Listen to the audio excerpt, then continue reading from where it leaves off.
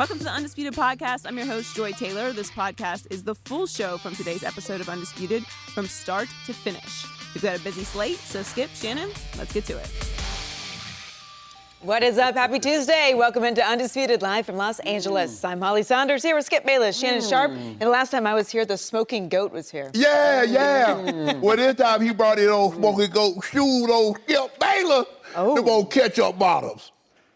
Are those to distract the audience from your arguments that are usually pretty pathetic? Oh, I'm about to win this first. I'm about to win this first Yeah? one. Are you? I'm about to win this first one. Yeah. Holly, how are you? Welcome back to Undisputed. Thank you. Remember how the game is played here. Absolutely. I'm always right, and he is not to be trusted. You have to keep him in his place. You have to watch him because he's going to try to butter you up right now. Go ahead. Go ahead. How are you doing Stage today? It's is good to see you See, again. There we go. There we go. Yep. We don't see each Yep. other That's nearly how the enough. game How is you doing Nearly today? enough. Yeah, good to see you. You've been watching Wow, all the golf for the past 5 Yes. weeks, I'm sure. Yes. All of it, yeah? Look, You know, awesome. I have watched you a lot on. I even watched the Cup. What was the Cup? I don't know what it was. Oh, Curtis Cup. Yeah. I was watching that.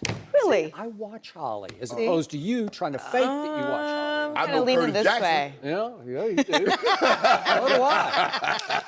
And we got a couple Jacksons on the show today, but they're coming up a little bit later. Let's start, guys, with a shocking move by the Warriors. The rich got richer in Golden State. DeMarcus Cousins agreed to a one-year deal for just over $5 million with the champs. Boogie averaged over 25 points a game with the Pelicans, but he's coming off a ruptured Achilles that could force him to miss the start of the season.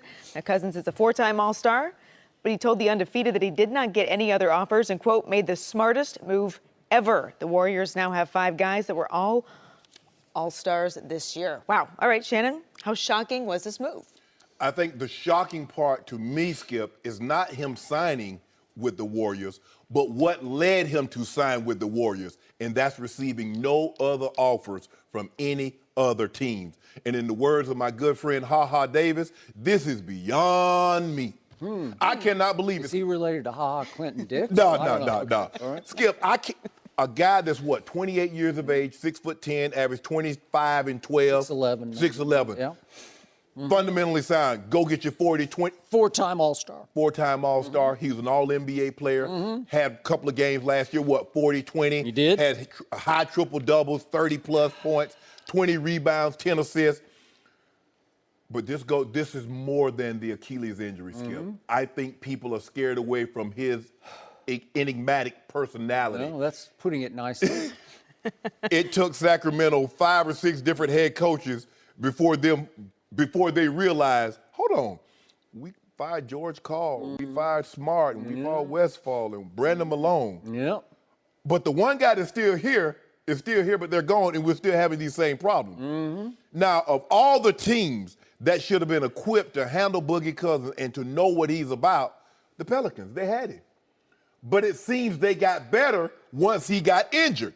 You could make that case. So They added Mirotic, obviously. they added to Anthony Mirotic, and they Davis. kind of Yep. played the same position. Yeah. Now, I'm interested to see how this works because Boogie Cousins is always very, very high. You like those second-level stats? Usage rate.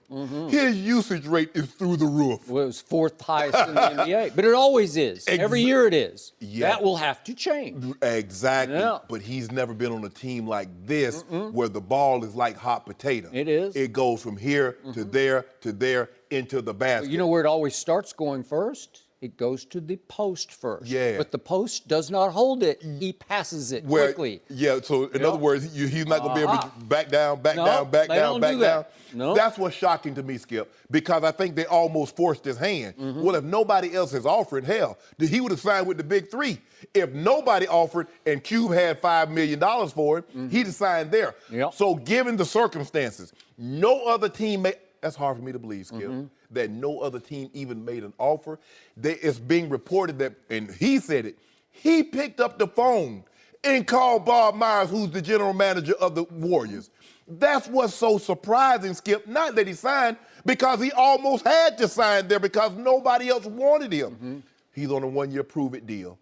Is he healthy? Achilles, Skip, that's a big guy. You know, normally big guys in Achilles, that's a slow process. And Boogie's going to have to change that personality. Now, Boogie's cost himself over $200 million because he could have got that $200 million in Sacramento. He could have got 170 plus in New Orleans. Now, Boogie should be making $40+ million a year. He should. but he's making $5 million. Now, if that's not a wake-up call, Skip, he really sleeping on the job. But before I launch into my argument counter to what you just said, my biggest picture takeaway here is, speaking of LeBron James, which we haven't yet, it now looks like LeBron is going to get swept by Golden State in the first round next year. That's how it's starting to shape up to me. Hold up. You think, hold on. In the first round. Did you hear me? The first round. So you think LeBron James is going to be an 8 seed? I think he's going to be the 8th seed to the 1 seed. That's what I think. That's the way it all shapes up right now because it looks What like you got in your cup? it looks like the Lakers and LeBron are waiting till next year. That's how it shapes up. That's the way the tea leaves are starting to read. LeBron wait for no man. Well, he might. He might just be taking a mental year off. No, we don't do that. Easy. We don't do that. Well, you better not because this is the 16th year going on the 17th year. At some point, Father Time's going to say, LeBron, even you, I got to tap you on the shoulder. Oh, I love how Father Time is going to tap LeBron on the shoulder, but it's just going to let Tom Brady just in the fast lane. Tom Brady plays a position that will allow him to play until he's 45. You know it, and I know it. But even that as the case, so Father Time is not going to tap him on the shoulder until he's 45?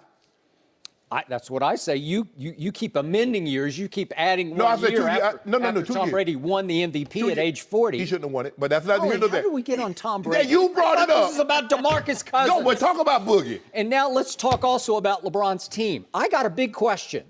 What?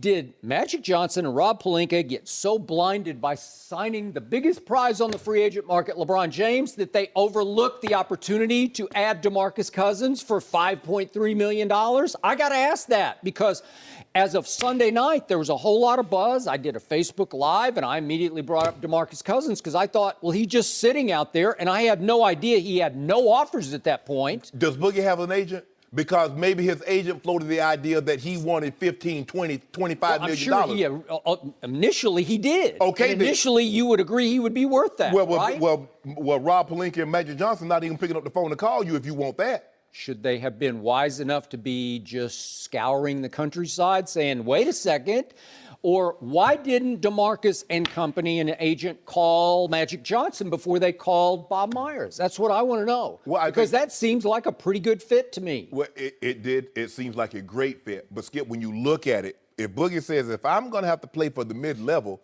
I'm going to play for a mid-level with a team that I know is going to probably end up in the NBA Finals. I am with you because all of a sudden, Golden State needed a center because they had just lost JaVale to the Lakers. I don't really know if they lost him. Okay. It's kind of like they said him out. Okay. Well, they just let him go to the Exactly. Lakers. Obviously, they did not rush to re-sign him. Correct. And the Lakers signed JaVale McGee for a grand total of $2.4 million, which is not going to hurt the cap going forward, and it's just for 1 year, right? So, okay. So they just said, we need a big guy. Let's get JaVale McGee. Correct. Would you prefer to have DeMarcus Cousins for $5.3 million over $2.4 for JaVale? I think. Skip, here's the thing. At least I know what I'm getting with JaVale McGee. Yeah. With Boogie Cousins, I don't know what I'm going to get because he does have he had a ruptured Achilles. He did. How is he now? Basketball players, Skip, how do they come back after this injury, especially big guys? You brought that up. I was just scouring the countryside this morning for studies on this, and I saw a 2013 study on Achilles injuries in basketball. It's the worst injury you can suffer in basketball. Right. In football, it's probably a spinal injury, right? Your Correct. brother injured your neck brother's injury, career. yes. Or we talked about Cam Chancellor yesterday.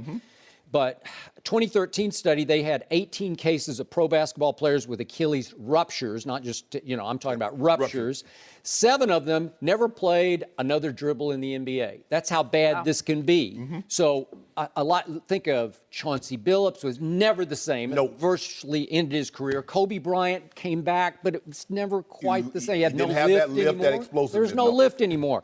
There are some exceptions to the rule. I thought Dominique bounced back and looked like Dominique to me.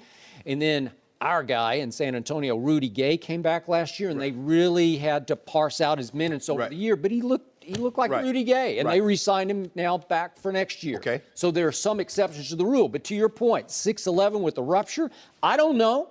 He says he's fine. He's been posting his workout videos, and he's running on the treadmill, and he's doing all these things where he says he'll be ready for camp.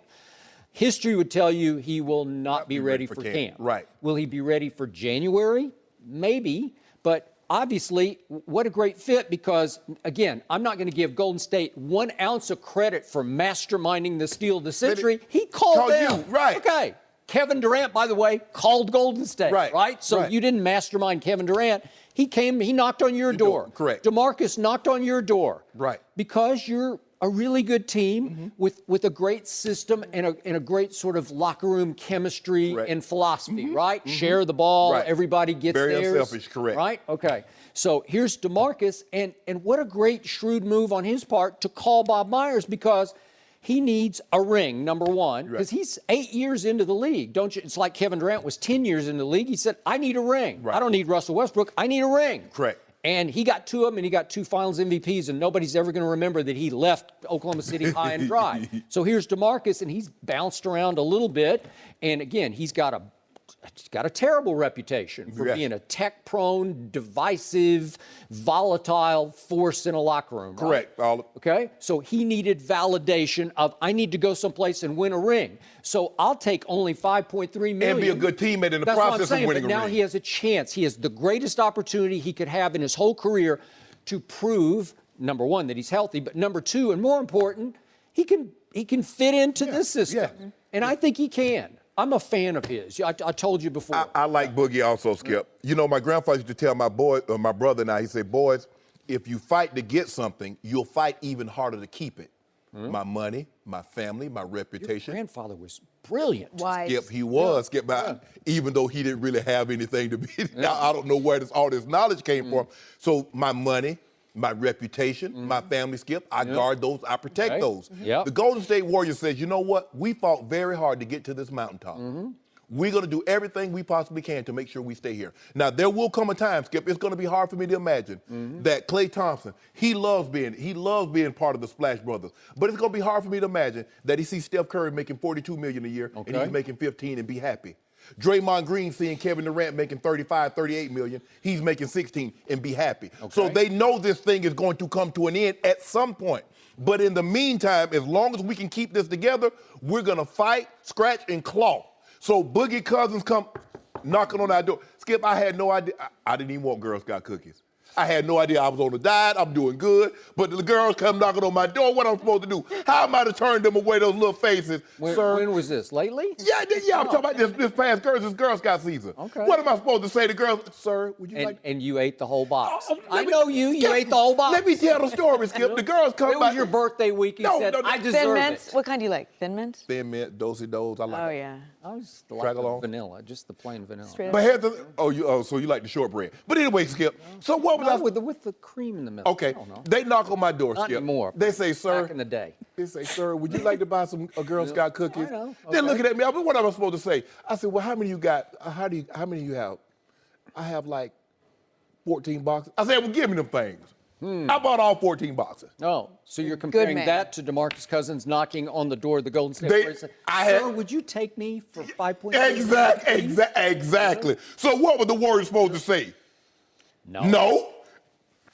This Boogie. 5.3. No. Yeah. Because Kevin Durant already just saved us $20+ million in luxury tax by, okay, come on in here, Boogie. So that's what they did, Skip. So the only surprise that I see by this, Skip, and I think you're surprised, that no other team, Skip. Especially the New Orleans Pelicans did not even make an offer because guess who they jumped on? And I just tweeted about it. I was a little surprised that the Lakers said no to Julius Randle. Right. So all of a sudden, he hits the open market as an unrestricted free agent, and I had barely hit send on my tweet, and New Orleans said, boom, we got you. Right. Because they're going to pair him up across the front line with Mirotic and obviously Anthony Davis, and what a low-post force is Julius Randle. So all of a sudden, Boogie is completely expendable in New Orleans. And nobody else is even... Nobody. No one. So his market has dried completely up, and he has to crawl to the defending champions who swept LeBron's Cleveland Cavaliers in the finals. So he crawls to them, and they say, thank you, God, we will take DeMarcus Cousins. How much is it, Skip? Is it the eruption of Achilles? How much is the locker room? Or is it a combination of both? I think it's a combination of both. And it's also the fear factor of, can he fit in any system? Is he a one-man system? Right. especially into this system. I'm going to remind you, though, what is the very best Golden State lineup? It is the so-called death lineup, and they get better when they get smaller, right? Right. So if you add Iguodala in with Kevin Durant virtually playing center with Stephen Clay and Draymond, obviously, well, that's when they're at their best. So how many minutes will DeMarcus actually get next year in Golden State? I don't know. 20? But here's the thing, Skip. In order for him to show that, okay, I'm Boogie Cousins, he also needs stats. Okay. You can't be. People are not going to give you $30 million if you averaging 14 and 8. That's just not going to happen. Reportedly, he was told right away, there are going to be some nights when you're going to get 5 shots, period, end of story. So your 32% usage rate. Yeah. I mean, 5 shots. Okay. But guess what he averaged last year for the New Orleans Pelicans prior to January 26th when he ruptured his Achilles? He was averaging 5 assists a game. Yeah. That's extraordinary for a big man. 5 assists a game? You don't think that'll work in this offense? But here's the thing. But in the process, as you mentioned, how many minutes? He's playing 35. He's playing 40 minutes a night. On most nights, he'd be lucky to get 25 minutes. Well, I'm going to say 20 minutes. Okay. Well, he's not going to be averaging no 5 assists and no 20 minutes. He's good, but he ain't that good. Yeah. Okay, but what was Golden State's one glaring weakness, even against Cleveland in the finals? What can they not do last year? What could they not do? Well, they got out-rebounded. They got crushed on the boards. They swept Cleveland while getting crushed on the boards 186-60. So they lost the boards by 26 rebounds over 4 games. That's horrible. Yes. But it didn't matter because they're just a better team than LeBron's team. Correct.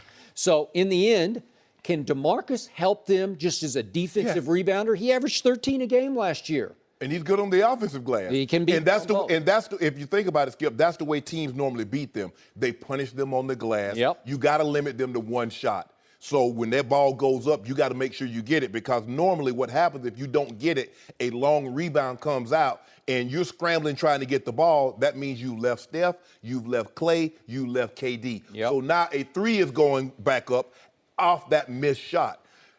I'm surprised that that 29 other teams, a 6'11" guy that's averaging 25 and 12, and basically being he's basically a 24, a 23 and 11 guy for his career. But you know what they're all saying? See, those 29 other teams are not good enough to absorb him. No. Golden State is so good, so deep, so great, so decorated, they can absorb him because he's going to have to be on his best behavior. It's a 1-year deal. Right. He's trying to prove to the world, A, the Achilles, and B, the head or back. Right. That I think they'll have him on his best behavior. I agree. I believe he'll be on his best behavior. And you know what? At the end of the day, if he's not on his best behavior, the Warriors will just walk. 5.3 is nothing to them. They'll walk, hey, Boogie, hey, we wish you well, but we were going in the same direction, but we're going to stop here, let you off, and we're going to continue on the direction that we were going. One other point, though, to the negative is he's always been a high turnover. He averaged 5 turnovers a game last year for New Orleans. But Golden State, ironically, they're a high turnover team. They try things. They get real loose with the ball. Yeah. And that's how sometimes they're winning games by 20. All of a sudden the team's back in because they've turned the ball over. They've gotten real careless with the basketball. And the next thing you know, a game that you think is going to be a runaway, they're fighting for their lives. The thing is with Boogie, Skip, is that I don't believe he'll have this high turnover rate because I don't believe he'll have the ball in his hand long enough enough to create these kinds of turnovers. So, in the end, how much better will he make them? Maybe a little better, just a little better. I think he's more plus than minus for them. This is what we agree on, Skip. The Golden State Warriors' success is independent of Boogie Cousins. So it doesn't matter if he's good or not good. The Warriors was going to be the Warriors with or without Boogie Cousins. So I don't think it's great. I mean, oh, man, they got Boogie Cousins. But let's be real, Skip. Do we think what? They're going to, so instead of winning 65 games now they're going to win 66, 67. Really? No. Their success is independent of whatever Boogie Cousins give them. I know, but if they can get him right, get him back in gear by playoff time, and he gets to sit next to Steve Kerr on the bench for all those games, absorbing, learning, figuring it all out. Remember, he played on the Rio Olympic team, so he's been around these players before. But here's the thing, though. You keep saying if he's right, that's a year. the player is normally right the year after, not immediately after. A full year passes between the injury and him being himself again. Because you said there were 18 guys that had this rupture, 7 never played again. So the odds are not in Boogie's in favor. I'd say it's like 50-50 whether you'll ever bounce back. Well, hell, I don't like those odds if I'm an athlete. I don't like it.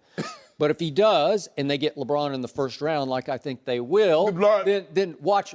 LeBron's going to have home court. Boogie's going to have a couple of nights where, no, he's not going to have. Is he going to be the first seed? No, hold on. The first 4 seeds get home court. Okay.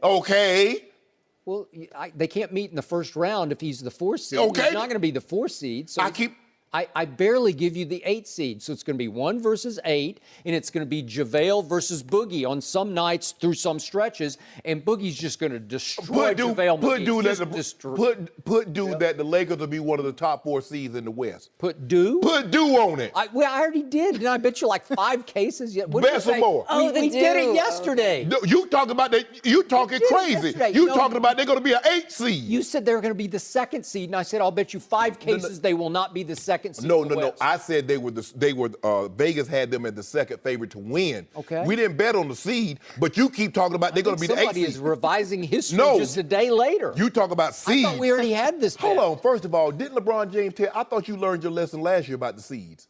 Didn't he tell you? My lesson? Yeah. I didn't learn any lesson. Remember last year? What seed was he last year? The 4th seed. Yeah. And he told you. That was in the East. He told you it don't matter. He said, when I come to your building, it's going to be a problem for you. Oh, really? Didn't he tell Toronto that? Is he going to tell Golden State that in the first round next year? We got some help now. We got a little help now. You got no help. Yeah. Let's stop wagering the do now because you do that so often. You know he has Girl Scout cookies now. Oh. No, they Girl Scout cookies. They've been long gone. Oh, they're long gone. Yeah. But I don't eat Girl Scout cookies. So. Why? I just don't. How girls, they're crying. They need their uniform and get badges. I'll buy them, but I don't eat them. We'll send them over to your boy. Okay. I eat them. Oh, all right. The Lakers also made a big move yesterday, but what does it mean for Lonzo Ball? Running from competition. We'll discuss that coming up next. No mercy. A day after the Lakers agreed to a deal with LeBron, they added 4-time All-Star Rajon Rondo. ESPN reports the deal is 1 year for $9 million. Rondo is coming off a great playoff run with the Pelicans, where he averaged about 10 points and 12 assists, but the Lakers still have Lonzo Ball. Yeah, and the LA Times reports that Rondo has been told it will be an open competition for starting point guard job, but Lonzo is reportedly not running from the competition. Shannon, he ain't scared, he says. What's going on here? Skip, this is an odd move for me. Yep. To bring a guy of Rajon Rondo's background. Rajon Rondo was a starting point guard on a championship caliber team. As Holly mentioned in the read, he averaged 8 assists in the regular season. In the playoffs, he bumped that up to 12. This ain't no guy that's coming in to spell somebody. He's coming in, Rajon Rondo strikes me as a guy, he's coming in to be the starting point guard. I would think so. And it's getting, with the moves that they're making, it seems less and less likely to me, Skip, that Lonzo Ball is going to finish his career as a Laker. Was he going to start next year with the Lakers? I'm starting to believe that it's less likely. It seems to me, now, he was the only point guard on the roster until they signed Rajon Rondo. But you don't sign a guy of Rajon Rondo's merit with the hopes of, like, you know what, he's going to spell our guy who's supposed to be our Magic Johnson. Remember, the Lakers traded Norm Nixon. They did. They got him. That's Magic Johnson. They traded Norm Nixon because they wanted to clear the decks to make sure, hey, Magic, this you. This also tells me and shows me that Rob Pelinka and Magic Johnson are unconcerned about feelings. They're unconcerned about the chatter that goes on outside of that building. Now, they might not like, how, fire the coach or he's losing the team. They might not like that. But Magic Johnson's making moves, and Rob Pelinka, they're making moves, says we're building this team. Now, we're going to have healthy competition. If you're real as you say you are, you'll be able to handle this competition, and you'll be able to rise above it. But if you're not, that you can play his dad. We had his dad on here, and he was complaining about Lonzo used to play in the whole games. Well, if he don't beat Rondo out, not only is he not going to be playing the whole games, the minutes that he was playing last year, that's going to be cut somewhere between 5 and 10, Skip. Yep. I I'm surprised. I don't know how you feel, but I'm surprised by this move. I still can't figure it quite out. As I immediately tweeted yesterday afternoon when I heard the news, either, number one, Lonzo's about to be traded. Mm-hmm. Maybe it's already almost done, right? And we're about to hear the announcement. Right. Or, number two, LeVar Ball is about to be furious because, to your point, the last time we had LeVar right here at this desk on Undisputed, which was June the 12th, once again, he ripped away at Luke Walton for the way he substitutes for his son Lonzo because it comes quickly and sporadically. And I told LeVar, I don't like it either because he'll yank him mid-first quarter almost every night, and then he'll sit him until mid-second quarter. Right. And to LeVar's point, it does tend to break the kid's rhythm. Has he earned those minutes? That's debatable to this point. But let's listen to what LeVar told us on June the 12th. They got to figure him out. He's trying to figure them out on the fact that going up all through his life, he's always played the whole game. So the in and out, and when he's sitting there, how you can take control of the game, and he know how to win. Yeah. But if you keep pulling him down and putting him back in the last 5 or 6 minutes, when he's just like, whatever y'all want to do. You got these guys taking the wrong shots at the wrong time. Because Luke Walton's pattern was he would play him 6 minutes, and then he would sit him for the rest of the first quarter and some of the second quarter, right? Like I said to Luke, his excuse was the kids were young. But I was thinking to myself, too, also the coaching is young. So you got to take part of that blame. Oof, the coaching is young. So I got two theories if, in fact, Lonzo is going to remain with the Lakers. Number one, Magic brought in a Rondo who's known for his mental and physical toughness to maybe help teach Lonzo, but more important, to compete with him for minutes. Absolutely. And try to light a new fire under Lonzo that needed to be lit more last year. Right. Because as I kept telling you morning after morning, I don't know what he's doing. Does he really want to play? He looked like he was disconnected, unplugged, emotionless, like he didn't really care. But Skip, you followed this game long enough. When was the last time you've known they've drafted a player who's supposed to be their guy, and then they bring a player in at that very position and say, compete with this guy for minutes? They didn't do that with Duncan. They didn't do that with Shaq. They didn't do that with any of these other great players. Skip, normally they clear the deck. If there's a player at that position, they move them out. So you get all the focus, you get all the minutes without having to look over your shoulder. This is just the opposite of what they would normally do. Okay, but again, you know how much I love Lonzo Ball and believe in him for the long term. Okay.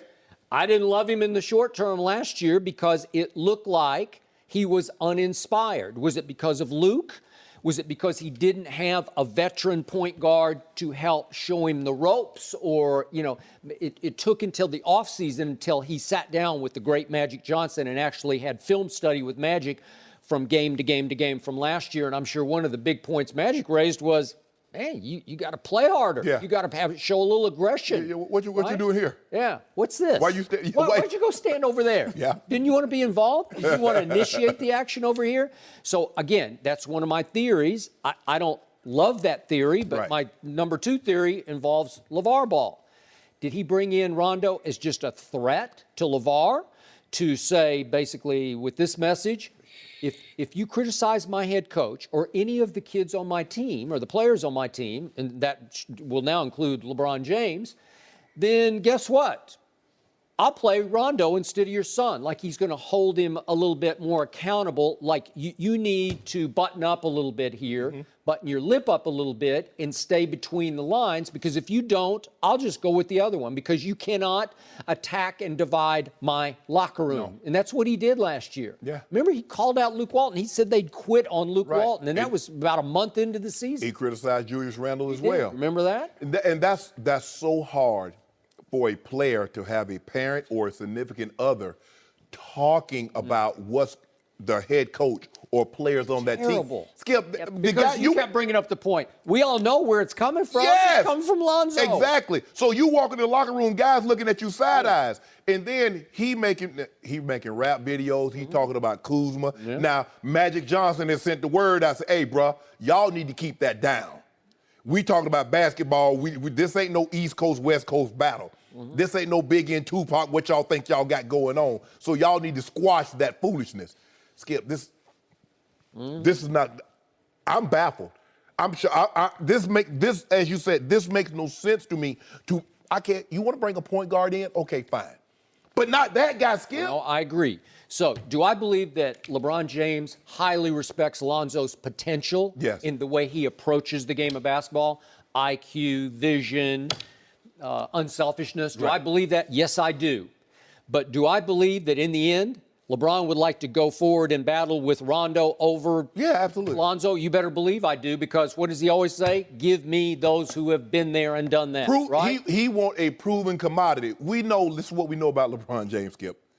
All that potential, because guess what? He said, give me Kevin Love, because I've seen Kevin Love do it in the NBA. Yeah. Y'all can have Andrew Wiggins. Y'all can have the other guy. I want guys that are battle-tested, been there, done that. Skip, because when rubber met the road, what lineup did they come out with? They came out with the lineup that had been there, tried and true. They went back to Tristan Thompson. They went back to JR. They went back to Kyle Korver. Those guys had been there and been in the battle. So all this other stuff, back and forth, potential. Ooh, guys, athletic. Ooh, he shows potential. When the rubber needed to meet the road, LeBron James said, hey, give me those guys. And so that's what they're looking at right now. He might have unbelievable potential down the road. But this is what LeBron James knows. He's going to battle against Rajon Rondo. Against him. Not with him, but against him. So he got to see it up close and personal. In one playoff game, he had like 44 points. Yeah. Remember what they call him? Playoff Rondo, which is why his stats jumped up so high. By the way, he can't shoot a lick during the regular season from three, and in the playoffs last year, he made 8 of 19 threes for 42%, because that's playoff Rondo. That's the guy LeBron wants in his foxhole going into the playoffs. Remember, he dislocated his elbow in the game, Skip? I do. And he stayed in the game. They popped it back. He's tough, man. He's tough. Tougher than wet leather. So Bron want to go to work with something, go to battle with something. But he's also 6 feet 1 inches tall, and Lonzo Ball is 6 feet 7 inches tall, and almost led this team in rebounding. But he played like he's 7 foot tall. Rajon Rondo a battle. Well, he will. No, I give you that. Again, to your point, in the end, it makes no sense unless Lonzo is about to be an ex-Laker. That's all I can figure out. No mercy. Next up, we're talking about LeBron. He's come to LA after agreeing to a 4-year deal. But let's go next level with this. Black Sports Online is reporting that LeBron is, quote, in it for the long haul in LA, but he could retire if he wins a championship with the Lakers. Shannon, okay, this is more whispers than a real report right here, but could you see this happening? Skip. So let's just say, let's do hypothetical, since we seem to be the theme this morning. Skip, if he wins a title in year 1, we think LeBron James is retiring? Of course not. If he wins a title in year 4, well, Skip, that's going to be 20 years. Well, then that's an extreme possibility. Okay. But we heard less than a month ago, LeBron James said at the podium, and they were asking him what is his crowning achievement? What would he most proud what would be his most proudest accomplishment? Right. He said, playing on the same court with my son. Now, unless Bronny turns 18, 19 in the next year, LeBron James isn't going anywhere, because in the back of his mind, he wants a Griffey Sr. and Griffey Jr. moment, being on the court with his son. Now, we don't know if that's going to happen, but Skip, it's hard for me to believe that LeBron James would win a title in year 1 and leave. Now, you win year 4, Skip, that's 20 years. Okay, yeah, that's an extreme possibility. But to make it seem like, well, you know, if he gonna hit y'all with the deuces if he were to win a title, no. LeBron James, he's still playing at extreme high level. He is. Very few guys, Skip, play at this level, win a title and walk away. Now, even some in the greats in football, Peyton Manning walked away, but Peyton wasn't the same Peyton Manning he was 2 years before, Skip. John Elway walked away. John didn't want to put the time in that it was going to take for him to maintain that greatness. We see it even fewer in basketball. They normally squeeze every drop of juice out of that orange before they walk away.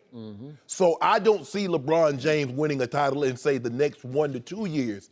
4 years from now, he wins a title, all bets are off. But I believe still he wants to happen, what happened with Ken Griffey Sr. and Jr., be on the basketball court with Bronny. Okay. I am with you on that, but just to add some perspective to this, the most shocking moment I have had on Undisputed so far was during these last playoffs when Jason Terry sat right here. He's not a Milwaukee Buck at the moment, but I think he's going to play one more year for the Bucks. He played for him, obviously, last year. And he predicted, do you remember this? Yeah. LeBron was going to retire. Just retire. This year after the end of the playoffs. After he got swept, the prediction was that's it for LeBron James. I don't think Jason Terry just pulled that out of the blue. I think he had heard some locker room rumblings around the league from city to city. Oh, that LeBron has dropped some hints to some of his closer friends that, you know what, he's just worn out from all this. His body's starting to wear out and that this is going to be the end of it. Did I believe that? Or you? No, we did not. Could I see him playing 4 more years, maybe 5? I could. But what always gets me, and this is why I have the highest regard for his durability, and it's his greatest ability. Yes. He takes a lot of punishment because he does drive the basketball. I always call him, he's the greatest driver of the basketball I've ever seen. He's the most unstoppable force outside of Shaquille O'Neal, but I'm talking about as a, what do we call him, a small forward or whatever he is. He's a 3, yes. Yeah, as opposed to any big man center 5, number 5 player. Right.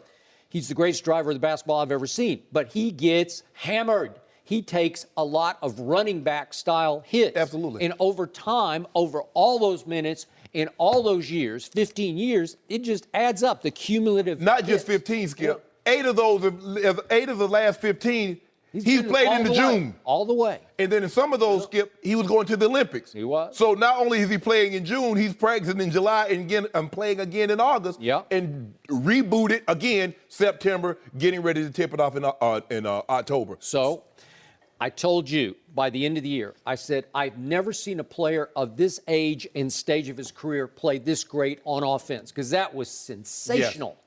He took it up a level on the offensive end. Correct. At the expense of his defense, and I don't want to beat this to death. But again, he just had to pick his spots on defense, and a lot of nights he picked no spots on defense because he just didn't have enough stamina to focus all on offense and play some defense. He just couldn't do it anymore. Right. And the Lakers are going to have to be careful with that because there are some nights he can be a liability where he plays one-man zone on defense and just stands under the basket, and his man roams free at the three-point line. And if he gets a hot hand, see Boston series, you're in some trouble because Jaylen Brown's going to just stand out there and just riddle you with threes if you don't get out in his face, and he's not going to get a hand in his face. So the point is, going forward, how much more beating can he take? And that's why it smacks to me of next year, like he committed to LA with no assurances, no guarantees of any superstar or even star help, right? Yeah. At this moment, we don't know what he's got. As you get older, what do? What do normally older people do when they retire? Where they go? They don't retire to Minnesota. They don't retire to. Yeah, okay, then they go to Florida. They go to California. They do. So as LeBron is aging, what is he going? Sunshine. So can we call this semi-retirement? No. Semi? He ain't semi nothing. Well, that's what you just suggested. No. Yeah. In the waning years, Skip, he just. Instead of just, all of a sudden just packing up like Jed Clampett, just all of a sudden moved to Beverly Hills, he just gradually did it. Now, there's no guarantee that LA is his last stop. Yep. We on a mission. We trying to accumulate championships. We are on a We are. We are. Yeah, we're a package deal. Okay. And now he's come with you to Los Yeah. Angeles. Right? Now you're neighbors. I'm looking to move. Yeah. Are you? Yeah, I'm in the I'm getting, Very scared. I've been in the Harmony Hills. I need to get closer to Brentwood. Oh, you want to get closer, but you don't want to move out of LA. No, I'm not moving out of LA. You're suggesting this is not LeBron's last stop. No. I will be, we will be moving from a distance. We're going to have a long distance relationship. Because if he move on, I'm staying. Oh, you are? Yeah, I'm staying. Unless you're going to do it remote from New York. No, we might do it remote, we're going to do a couple of remotes from Staples. Well, are you suggesting it's from Staples? Yeah, I'm going to do a couple of remotes that at the game. Stay up all night and do it from Staples. Yeah. That's fine. The only stage he has not graced with his presence so far is Madison Square Garden. Are you suggesting that could be his final stop? Well, considering that he went back and played for Dan Gilbert, it should be no problem for him playing for James Dolan. Although now they're saying James Dolan looks like he could be on the way out. So could that clear the deck? Hold up, he selling? He ain't selling that team. There have been suggestions that seems to be. That's his baby. That's his identity. I don't know. He ain't selling that team. Well, whatever. So are you suggesting that's a possibility for the end of his I just think the thing is, look, LeBron, he said Cleveland was going to be his last stop. everybody like, there is no way he can leave again. He can't go to Miami and then come back and then leave again. Bron said, watch me. Yep. When I don't feel you fulfilling your obligation, surrounding me with the necessary tools I need to dig, to keep climbing this mountain, to get the titles, I'm going to bounce. Now, this is one thing we know about Magic Johnson. Magic Johnson's a winner.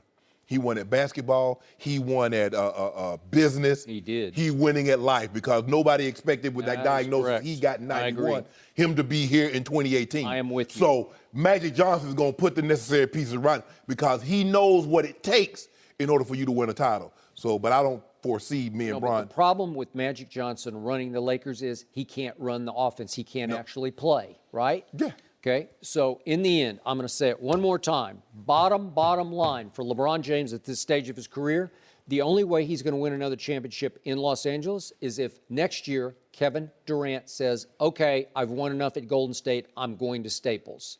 That's the only way. I don't see it any other way. Why? Because then you would weaken Golden State. You could tear them completely apart. KD might just weaken him just by walking away and going someplace else. Okay, He might that's what turn I'm around and go saying. back to OKC. Well, he might, but again, remember, Kevin Durant signed a 1-and-1, so he's only back at Golden State for effectively one more year, and then he has an option Right. for the next one, right? Yeah. Okay, so again, people close to Kevin continue to tell me that he's still seriously considering. He's going to keep an eye on Los Angeles and see how it plays out, see what they begin to put around LeBron, and see if he could be the missing link there, just the way he was in Golden State, to put them over the top. Kevin Durant is the missing link anywhere. Well, It doesn't matter. L.A. I'm with you. L.A., Sacramento. I mean, when he's the second best player, Skip. He's 7 foot tall. He can handle the ball. He can shoot the three. He's a great free throw. Hey, he's fundamentally I sound. think you just described the best player in No, stop. See, I think Skip, you just did. You see what I'm saying, Holly? Holly, this is where Skip and I part ways. I try to be courteous normally, and I'm receptive to his courtesy. But then he goes out on a limb. He just starts saying stuff that just makes no sense. You know Kevin Durant is not the best player in the world. You know this. You just want to get my blood pressure. I ain't going to do it. By the way, I'm not going to do it. No. Courteous, that's like an oxymoron. to Nope. me. That doesn't I'm not going to let Skip get my blood pressure up tomorrow. I took my 5 Are milligrams. you're intaking more sugar? Why do you do this to yourself? See, I thought you were getting in shape. Let me tell you what I do. Let me tell you. Every morning, before I go to work, come to work, I take 10 milligrams or don't mess with me. That's the only way I can deal with Skip. I get, Skip, because, man. Is that black market? Don't mess with me? No. Where do you get that? Because Skip. Dave's Pharmacy. Skip's. Would you test positive for that, right? No, I ain't going to test positive for Yeah, that. I think you might. I'm going to test positive for some chicken wings. I'm going to test positive for chicken wings and some waffles. You know that don't mess with me? You know you have to inject that. So No. Ain't no. Skip this phone. Hey, Yep. speaking of that, Cam Newton is trying to get a little Oh, piece of my that goodness. and released a pretty shocking new video. It's not G-rated or PG or PG-13 even, maybe even R. We'll discuss that coming up next. No mercy. All right, let's get to the NFL for a minute. Cam Newton is staying motivated this offseason. You can call it something like that, I guess, motivated. And he posted a profanity-laced message on Instagram trying to motivate everyone else. See if this gets you pumped up. I want to get something straight. Like, when I'm showing you these clips, like what I'm doing, I'm not doing it just to show face. I'm showing this to get your ass up off your ass and do some. You feel me? That makes sense? Okay, all right. You feel him? I mean, what is going on here? Is this a bad look for him? It's not a good look, Skip, because I believe Cam could have been just as impactful in his message without using the profanity. Sure. He could have said, guys, when I post these things, this is not only for me, this is also for you, to get you motivated, to get you up off your couch, to help you become the best you that you can become. Cam Newton has a son, and in, say, 15 years from now, he's going to have a favorite athlete. Would he want his son listening to his favorite athlete say something like that? That's the question, because if you're comfortable with that, okay then. You're going to be comfortable with Cam Newton. I just think the thing is that, and people are like, well, he posted that on, but it's for public consumption because he's on social media, he's trying to build his brand. This is a part of who Cam Newton is. Like, look, public, consume this. Be careful what you put out there, that's all I'm saying. I just believe he could have been just as effective, just as impactful without the profanity. That's it. So, just to be fair, just for perspective, I'm going to point out before I give you my opinion on what Cam posted, and I'm going to remind everybody that in Tom versus Time, featuring Tom Brady, he dropped an MF. Remember? He did it in the competitive vein of he was trying to argue in favor of pliability and how he's beating the system to be able to stay healthy and strong at 40 going on 41. Right. And he said, I can still, and he was doing it, you know, competitive juices flowing, and he said, I can still fire that. ML. Got it? Yeah. Okay. Well, what will his kids say about that? I don't know. That's the same question. They were like, Daddy, why? I'm sure they will ask, Dad, why are you saying that? And I'm sure Tom would not like his kids to consume something where those words would be being spoken. And if those words were spoken by his kids in his home, I don't think Tom would like it, and I don't think Giselle would like it at all. Absolutely not. Okay. Does Tom Brady use those words in the heat of battle? I'm pretty sure he does. In the locker room, I'm pretty sure he does. Is this the real Cam? Was he just trying to get realer? You know, was he trying to show you, hey, the gloves are off now? Remember, there was a turning point incident for him when he had an exchange with a female reporter last year, and he lost his Dannon commercial over it. Remember, I don't want to go into the gory details of it. Yo got picked it up. Yeah, my Dak jumped all over it. Along with 14 other ones. Got 14 commercials. A little disturbing to me.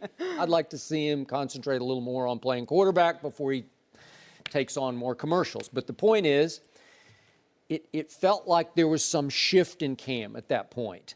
Was he trying to say yesterday that I'm just going to show you how I really am. I'm going to show you raw, real Cam Newton. Do I believe Cam can use that kind? Sure, I do. Is that real, or was he exaggerating it for effect?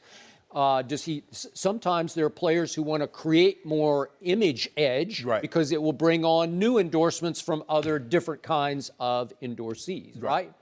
But Skip, my thing is that when I look at Tom is doing a docuseries, and he's chronicling what it's like to get ready for the season, what he goes through in the off season. If Tom would have just posted this as a motivational tool and says, I can still throw this mofo, then that's different. Cam posted this to try to get impact that says, okay, I'm trying to motivate you using this profanity-filled tirade.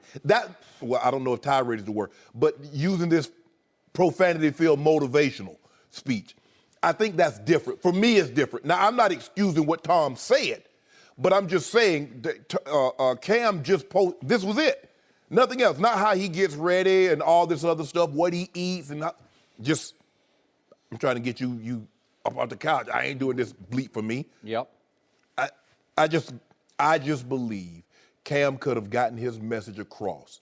And there are sometimes, profanities, but when you're addressing kids, and that's going to be the main people that's going to consume this message, you need to be careful of how you're speaking. That's it. I got it. So, is the quarterback position in the National Football League under more obligation to be face of franchise, to care more about public consumption image, right? Yeah. So let's do Russell Wilson. Is he capable of posting something like that? I pretty much doubt it. I can go right down the line, black and white quarterbacks. Probably not, probably not, right? So if Jerry Richardson's still on this team, would he be pretty offended by this? Would he be maybe angry about this? He probably would, because remember, he was holding Cam's feet to the fire before he drafted him. No tattoos, no earrings. Right. Jerry Richardson, of course, went down in sexual harassment flames, so he's no longer about to be the owner. But he did have to pay a fine, Skip. He paid a fine. $2.7 million after he made $2.2 billion. But that's neither here nor there. So how do you feel about this? Do you believe Cam could have got his message across without using this? I definitely do. And again, I'm a fan of Cam Newton. Oh, I like. And when I first saw this very early this morning here in Los Angeles, I was stunned by it because I'd never seen that from Cam, and he looked a little off to me, and like, what are you doing? Right. He looked a little crazed to me. Was he just about to really go hard in the work? I don't know. Right. I don't know. Or he just finished the workout. Maybe he's feeling good. And he's feeling good. Maybe it was. It could be because his hair was flying, and maybe that's it. But in the end, I do believe, especially in this league, that position does carry some responsibility. Now, we can go back, just not to be hypocrites here. There were in the good old days or the bad old days, there were lots of Joe Namaths and Jim McMahons and Kenny Stablers, and they were highly capable of doing this, but there wasn't any social media, right? Yeah. Worst, well, not only were they post, they were drinking. Because, like I said, Skip, even when I got in the league in the 90s, and it's not looked upon, guys were smoking outside the locker room during halftime. I got it. I mean, so that was, but we never saw it. We never saw it. But this social media, Skip. But here's the thing. Now, if he was talking like that and somebody recorded him, that's one thing. He recorded himself and put that out. He did. Right. That's the difference. Okay, so is a Johnny Manziel capable of this? Yeah. Baker Mayfield, when his competitive juices are flowing? Yep, I would think so. But Cam Newton is an MVP in this league. Yeah. Has he struggled over the last 2 years? I hate to point out the fact that his completion percentage is the lowest over the last 2 years of any quarterback, and his passer rating is the lowest over the last 2 years of any starting quarterback. So he has declined from that. MVP season. It was an all-time great season, and you know, it started to unravel maybe even after the Super Bowl loss to your Broncos, when a lot of people, I was not one of them, condemned him for the way he handled or didn't handle the post-game interview, right? Okay, and then the incident happened with the female reporter, and it feels like he's saying, okay, I'm going to give you the real guy. Like, heck with you, and I'm using a nice word. I'm just going to show you what I really am, and you can take it or leave it. That's what I'm sensing from Cam Newton right now. Well, Skip, here's the thing. Look, everybody that's an endorser or endorsee, that's not 100% who they actually are. Yep. Maybe some of that. And maybe some of this is who Cam is. Maybe Cam is a little bit of this, a little bit of that. But I think in the process of maybe losing some of his sponsorships, Skip, he's like, I don't have to be as buttoned up. So now I can let a little more of Cam Newton really show. Look, is Cam motivational? Teammates love him, Skip. And, you know, to get to where he got to from where he came from. But for me, I always try to be mindful of how I talk, especially in front of kids, because they're going to repeat what I say. Now, when I was growing up, my grandfather cursed. Man, you think I would ever repeat what I heard him say? I wouldn't be here to tell the story, Skip. But he was also brilliant. Yeah, right? but I didn't. Now you're hurting my image of him. But Skip, I didn't hear the thing though, Skip. I didn't think that at the time, and I don't think any of his kids or grandkids thought that at the time. Okay. They just know he didn't play the drums, so he wasn't playing with kids. He expected you to be a certain way. When he said, "When I come home, I needed to be like this," Skip. We didn't ask why. We hit the flow. So that's the way it was. So I'm just saying, Cam, just be mindful, because you know the reach that you have. You're an NFL star, you're a celebrity, you have a reach that you would not have had you not been who you are now. Just be mindful of the people that's listening, that's watching what you say and what you do. Do you think that video comes down later today? Do you think he'll take it down? Maybe? Maybe. Would he apologize for the video? No. That's not in his DNA. It doesn't seem like to me. Well, if he's not going to apologize, he's not going to take it down. Yep. Right. So It's exactly right. That's the thing. Okay, final tough question for you, Hall of Famer.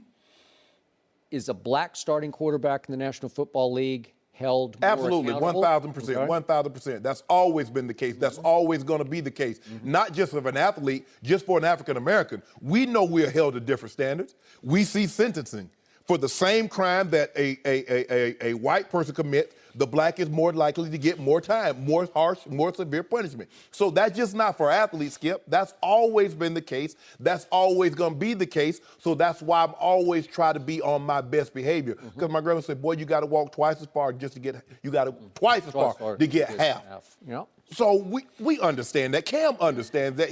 If he didn't understand, he saw what he was going through when he was at Auburn. We saw what he had to go through, some of the things that he's gone through since he's been in the NFL. So he knows that. He knows he's held to a different standard. Yep. Interesting. All right. Hey, Cam, just drink a Red Bull, and just get pumped. No, don't drink no Red Bull. No, Did you just see him on that video? I'm saying Don't drink just no do Red that Bull. and just do your thing. Leave the video camera alone. All right, are the Warriors now unbeatable with Boogie Cousins? We'll discuss that coming up next with Jimmy Jackson. He's in studio. No mercy. Friday night on Fox, Big Three basketball hits the Bay Area. Our friend Jim Jackson will be on the call for the Big Three, live from Oakland, Friday night at 8 Eastern on Fox, or stream it live on the Fox Sports app. Jim just walked in our studio. You'll see him in just a second. All right, let's get back to the shocking news out of Golden State. DeMarcus Cousins agreed to a one-year deal for just over $5 million with the Champs. Boogie averaged over 25 points a game with the Pelicans, but he's coming off a ruptured Achilles that could force him to miss the start of the season. Cousins is a four-time All-Star, but told the Undefeated that he did not get any other offers and, quote, made the smartest move ever. The Warriors now have 5 guys that were All-Stars this year. All right, Jim Jackson, our FS1 NBA analyst. Number one, how are you? I'm good. Good. Getting some golf insider tips for you. Yeah. I need to win my pool again. Need all the tips I can get. That's what we do during the breaks. But how shocking was this news? It was shocking to me, not because he didn't get offers, but that he picked up the phone and called. The realization that, now I'm not where I'm at. But I think it's a good lesson for young players to understand this, is that, one, your reputation precedes you. And if an injury happens, it can come back to affect you. I think for so long, DeMarcus was going to do what he wanted to do. In Sacramento early on, I thought management just allowed DeMarcus to dictate everything. Mm-hmm. So his attitude carried with him. But when you're hurt, you're young, you figure, listen, I'm fine. I'm putting up numbers. I can do what I want to do. Mm-hmm. I do think that when he got to New Orleans, I thought we saw a different side of DeMarcus. Attitude-wise, we didn't hear as much. But then the injury comes, and a lot of teams that are out there now are looking like, okay, we know what he was in the past. He's coming off an injury. He's a big man. We're not going to commit to a long-term deal, Right, which he wanted. So DeMarcus had to do the smart thing and say, listen, I need to play. I need to get hooked up. And I think it says a lot for him to be able to pick up the phone, no matter I don't care who it was, to pick up the phone for DeMarcus, an all-star, 25, 10, and whatever, and say, listen, I'm interested in coming. So I'll play for the mid-level. I'll play for the mid-level. He threw that out there. Yeah. Well, going in there, he knew with his agent what they had available on the cap. He already knew what could be accepted, what he could get. The mere fact that he picked up the phone, Skip, lets you know he already had his tail tucked between his legs. Okay, but he didn't call Sacramento. He called the defending champions, right? We had a relationship, too, with Draymond and those guys. If I'm going to play for the mid-level, it's kind of like New England, Skip. You see guys are willing to take less to go there because what do they know? Now, I'm probably not going to have the numbers that I had where I came from, but I know every game's going to matter. I'm going to be playing in January, and there's a really, really good chance that I'm going to be playing in the Super Bowl. So guys are willing to accept that. They're willing to accept less money. Sometimes the pride. Brian Urlacher, you remember Brian Urlacher retired. Chicago offered him $2 million. There are some other teams that offered him the same thing. He said, I'll play for them for $2 million, but I won't play for you for $2 million. Boogie Cousins like, hold on, there's 30 teams. Now, I'm playing for Sacramento. That's not in the cards. New Orleans told me they don't want me. So there's really only 28 other teams, and nobody called. Nobody called. Skip, think about that. You got to pick up the phone. Well, hey, I know the feeling, Boogie. Because guess how I got over here at Fox? Right. Hell, I was coming out here on my dime. y'all laughing. Skip Bayless, you know this to be true. I picked up the phone. I'm flying out here, meeting with everybody, staying in the hotel right down the street. Time out. I picked up the phone. Well, I picked up the phone. well, I called you. Yeah, you did. Okay. But I was like, But you didn't get the call from Fox. No, well, Skip was behind. kind of See, Fox I a little bit, didn't know. I thought I was coming out here on my own, unbeknownst to me, that Skip Bayless was what's the puppet? What's his name? Geppetto. Oh, Geppetto. I didn't know Geppetto was behind the scenes. I thought, I was like coming out here, old Skip, old Skip behind the scenes. I didn't know he liked me so much. Oh, Yeah. Skip like O'Shea Shaw. I said, yeah. But he did take the mid-level exception. I did. Yeah. He got those Skip. He got the boat. Right now, Skip got the boat. right now, I'm Clay. He old Steph. He's Steph Curry. He's Steph. Yeah. Your deal coming up, though. You're a free agent. Next question. So, once again, I'm giving Golden State zero credit for this because all they did was accept the phone call. They could have said no. All they did was answer the door when Kevin Durant knocked on it, and now this guy's knocked on it. Now a four-time All-Star has knocked on it, and this is what happens when you're turning into a dynasty. To your New England point, this is what happens. Yeah. These are the spoils of victory because when you sweep LeBron James out of the playoffs, all of a sudden DeMarcus is saying, wait a second. And it was a shrewd move by DeMarcus, and it showed me a lot because he had to eat a whole bunch of humble pie. He had to swallow it, man.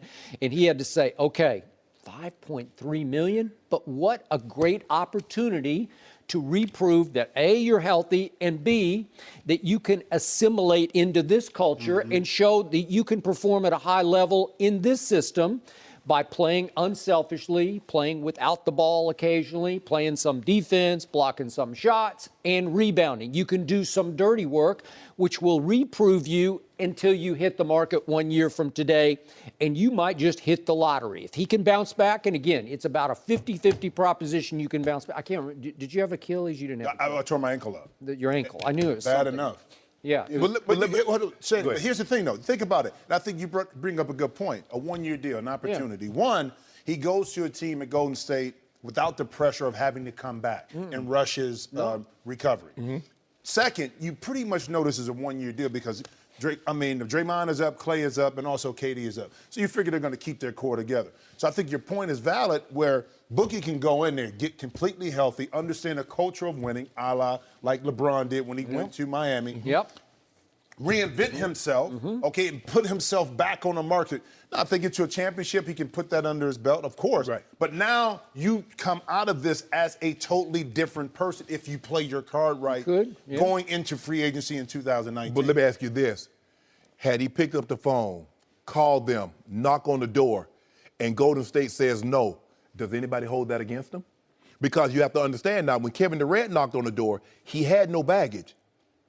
He had no injury. He had no problems as being a locker room cancer. No. Boogie has a ruptured Achilles at 6'11". And baggage. And he has baggage. So if Golden State says, no, thanks for the call, but we're not interested, is anybody upset?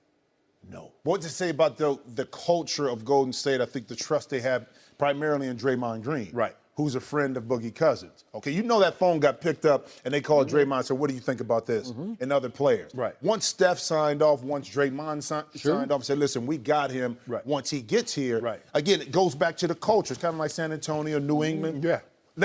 We get him in here, I think we'll be just fine because he'll conform because we played with him in USA basketball. Right. It's almost like, now again, Carmelo was a little bit different because he wasn't playing. Yeah. But when Carmelo, guys looked at Carmelo a lot differently within the confines of USA basketball than they did as an individual with New York or with Denver. So time will tell. But Boogie, to pick up the phone and make that call, again, as an athlete, and you know too, with an ego perspective, I didn't put up big numbers last year. You should be calling me. That's a big pill to get down. A big pill. I mean, that ego and that pride pill, man, you got to drink a lot of water to get those down. But you have to deal with this too, though. Think about this. It's not just now. Yeah. Throughout the course of the year, even though when he starts to play, you sold out. Nobody wanted to get you. So now you go over here and play with the super team. So he has to deal with that as well. Yeah. It's going all the way through the year. Right. So it's going to. But here's the thing: at the end of the day, in order for Boogie to get what he feels he's going to be fairly compensated, he's going to have to put up numbers. How does he get those numbers? I don't think he can. But people they'll watch the tape. They'll see that in 20 minutes he did X, Y, and Z. They ain't gonna pay $30 million for 20 minutes. Yeah, but I think a lot of teams that are going to be back in the free agent market next year looking to win a championship are going to look at his attitude. They know if he comes back and looks healthy and plays healthy, they know that he's not going to get the touches to get 25 points a game. They know that. But they want to look to see if Steve Kerr goes to a smaller lineup and Boogie doesn't play, what is his attitude? Because think about it, last year with JaVale McGee, there were times when the lineup wasn't conducive to have a center in there. And it's going to happen like that this year. So that's what they're going to look at. So I need to bring this back up, and I hate to, but I look back for studies. There was a 2013 study of 18 NBA players who had Achilles ruptures. 7 of them never played again. So that's what you're up against here. This is the worst injury a basketball player can suffer because you lose your calf and your lift. And it's usually never quite the same. It virtually ended Chauncey Billups' career, and it pretty much ground-bound Kobe Bryant, and he was never the same after he ruptured his. Dominique came back, and he was the exception to the rule and was Dominique. And I thought Rudy Gay, for what it's worth, for my San Antonio Spurs last year, he looked pretty good, and that he was good enough that they have now re-signed him for a second year. But they limited his minutes, and DeMarcus, will, to your point, will get to limit. I'm not sure they will even let him try to play until January, and he's going to spend a lot of time sitting next to those assistants and Steve Kerr on the bench, just soaking up knowledge. This is how you do it at the highest level. But what about this? What about the group of people that's over here says, you know what? Yeah, he's on his best behavior because he's making 5.3. Yeah. I give him $120 million of my dollars. Is he going to be on his best behavior?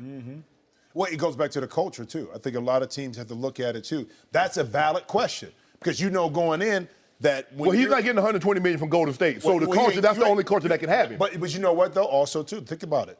I mean, depending on what happens with the Lakers this year, that's still an opportunity with LeBron to be able to go to L.A. So that's a valid point. 5.3, oh, yeah, he's going to be on the best behavior. He knows he has to get a contract, but I guess it depends on who's in that locker room as well if you're that team. So I'm going to say this one more time, and you can look this up. Before DeMarcus Cousins was drafted, it was he and John Wall off that Kentucky team, and I was adamant on television day after day, I want DeMarcus Cousins with the first overall pick, and there was those on ESPN who laughed at me, and I am right about that because John Wall's been pretty good, but he has not been this guy when this guy has been right. And I realize he's tech-prone, volatile, and divisive. I get that. But last year, before he blew out his Achilles on January 26th, he averaged 25 points and 13 rebounds and 5 assists. 5 assists? That's gift, man. This is a rare specimen of a basketball player. Those are old school big guy numbers. And by the way, he shot 35% from the three-point line. I don't. This is superstar stuff. So again, can he ease into that? Can he blend into the system? Well, he can pass the basketball, and they are unselfish often to a fault, and they don't seem to care who gets them. You know, is it Kevin's night? Is it Steph's night? Is it Clay's night? Is it Draymond's night? But you remember when they went through that dry spell, Skip, what did they say? Kevin Durant is dominating the ball too much. Oh, they need to pass the ball. See, they didn't have a problem with that. They had a problem with ISO until Game 3 of the NBA Finals, when Kevin Durant dominated the ball, and he took the game over. Then all of a sudden, ISO ball on case. You know, I ain't got no problem with ISO ball because ball movement wasn't getting it done. I got it. Yep. So, will he make Golden State a lot better? No, because their best lineup is still the smallest lineup, right? Yep. So there are going to be a lot of nights. I don't think he'll play more than 15 or 20 minutes. But does he make them a little better? Yeah, he does, because their one big weakness all last year was they're not a good rebounding team. They got crushed on the boards even in their 4-game sweep of Cleveland in the finals. Will he help remedy that? You better believe he will, because he's a force, man, on the boards. And he's only the second guy that they have can play with his back to the basket. You know, KD can post up, but most of the guys, you know, they want to shoot the three. Draymond is a guy that you don't really run plays for. You know, he'll dive to the basket. He'll get some putbacks and things like that. But Boogie Cousins can play with his back to the basket. So can Kevin Durant. So, I mean, but their success is independent of Boogie. So what, he helps them win 2 more games, 3 more games? So instead of 64-65, not even 67-68. But you know how this is looked upon by Golden State's management. What if he could win one finals game where he just took it over? You know, where he had one big night. That James Harrison, remember that strip sack in the AFC Championship game? Huge. That's all they got him for. They didn't expect James Harrison all of a sudden to be the defensive player of the year that he was 7-8 years ago. Can you give us one play? He gave it to him. So, Jim, I've already predicted that next year LeBron's team gets swept in the first round by Golden State. Think about this. He's going to get swept in the first round by Golden State. They're going to be 8 versus 1. Yep. Because here's the thing. I think the playoff picture changes in the West last year. I really don't trust Houston. You lose it. Trevor Reeves. They won't be quite what they were. Is Denver really ready? Portland may take a step back. I don't know. Now, OKC is an X factor in it because you don't know what's going to happen. But if you really look at the West, we always say how tough the West is. How about Utah? You don't think they're going to be good? I good? think Utah's going to take a step forward, but that doesn't push the Lakers back to 8th place. There's no way that pushes them back to 8th place. Somebody up here earlier said that very same thing. But LeBron doesn't have Don't do that. There you go. See, there you go. There you go. There you go. He didn't. We'd have some serious. We might have went 6 or 7 games. We'd had this roster last year in Cleveland. We'd had Kuz. Wait, by midseason you'll be saying, "Boy, I wish I had that Cleveland roster." No, I promise I won't be saying that. You I might. promise. Now they want to trade Kevin Love. Now they trying to get Kevin Love up out of there. You saw that. Jim, You want we convinced you want to him stick in around? no? I can't, but how did we get to LeBron? We always get to LeBron. See how it curved right to LeBron? Him. Oh, he gonna be the AC. Yeah, I know. Lakers. We're talking about Golden State now. But wouldn't that be something if Golden State swept LeBron in the finals and then swept him in the first round? That would be like bookends. That's not gonna happen. It's not gonna happen. You don't It's think not so? gonna happen. No. It's got It's real not gonna potential. happen. They'll be a top 4 seed. The Lakers will be a top 4 seed. Not gonna happen. All right, we got that straight ahead. And since you're sticking around here, nice I guy, know. this is my fail-proof pick for the Open There's a- Championship that you were looking for. Open it now. Wait. Feel it. Go for it. Go for it Feel as we go to Say break. it. Yes. No, What is it? When we come back. When we come back. Yeah, you need to That's get a some good picks because tease. you can't play. Will Rondo and Lonzo be able to fit in the Lakers' backcourt? We'll discuss that coming up next. You like that? I like that. Yeah. Oh, yeah. No mercy. The Lakers already agreed to a max deal with LeBron James, and now they added 4-time All-Star Rajon Rondo. ESPN reports the deal is 1 year for $9 million. Rondo is coming off a great playoff run with the Pelicans, where he averaged about 10 points and 12 assists. But the Lakers still have Lonzo Ball. So what happens? The LA Times are reporting that Rondo has been told it will be an open competition for the starting point guard position, but Lonzo is reportedly not running from the competition. So, Jim Jackson, what's going on here? Well, you needed a backup point guard. I mean, you needed one more at least because you announced. Who's the backup? Well, one of them going to be. I mean, one of them. Right. Look, LeBron's going to have the ball in his hand, so he's going to be the de facto point guard. But by renouncing Isaiah Thomas, you take a guard off the books. I think you do need something. And doesn't this fit the bill in regards to LeBron? Older player, high IQ, has experience, can make plays. Finally, he gets a point guard that can make some plays. So it kind of fits into the mode of what he likes as a player and on the court. And we don't know what other moves are going to be made in regards to the Lakers this year.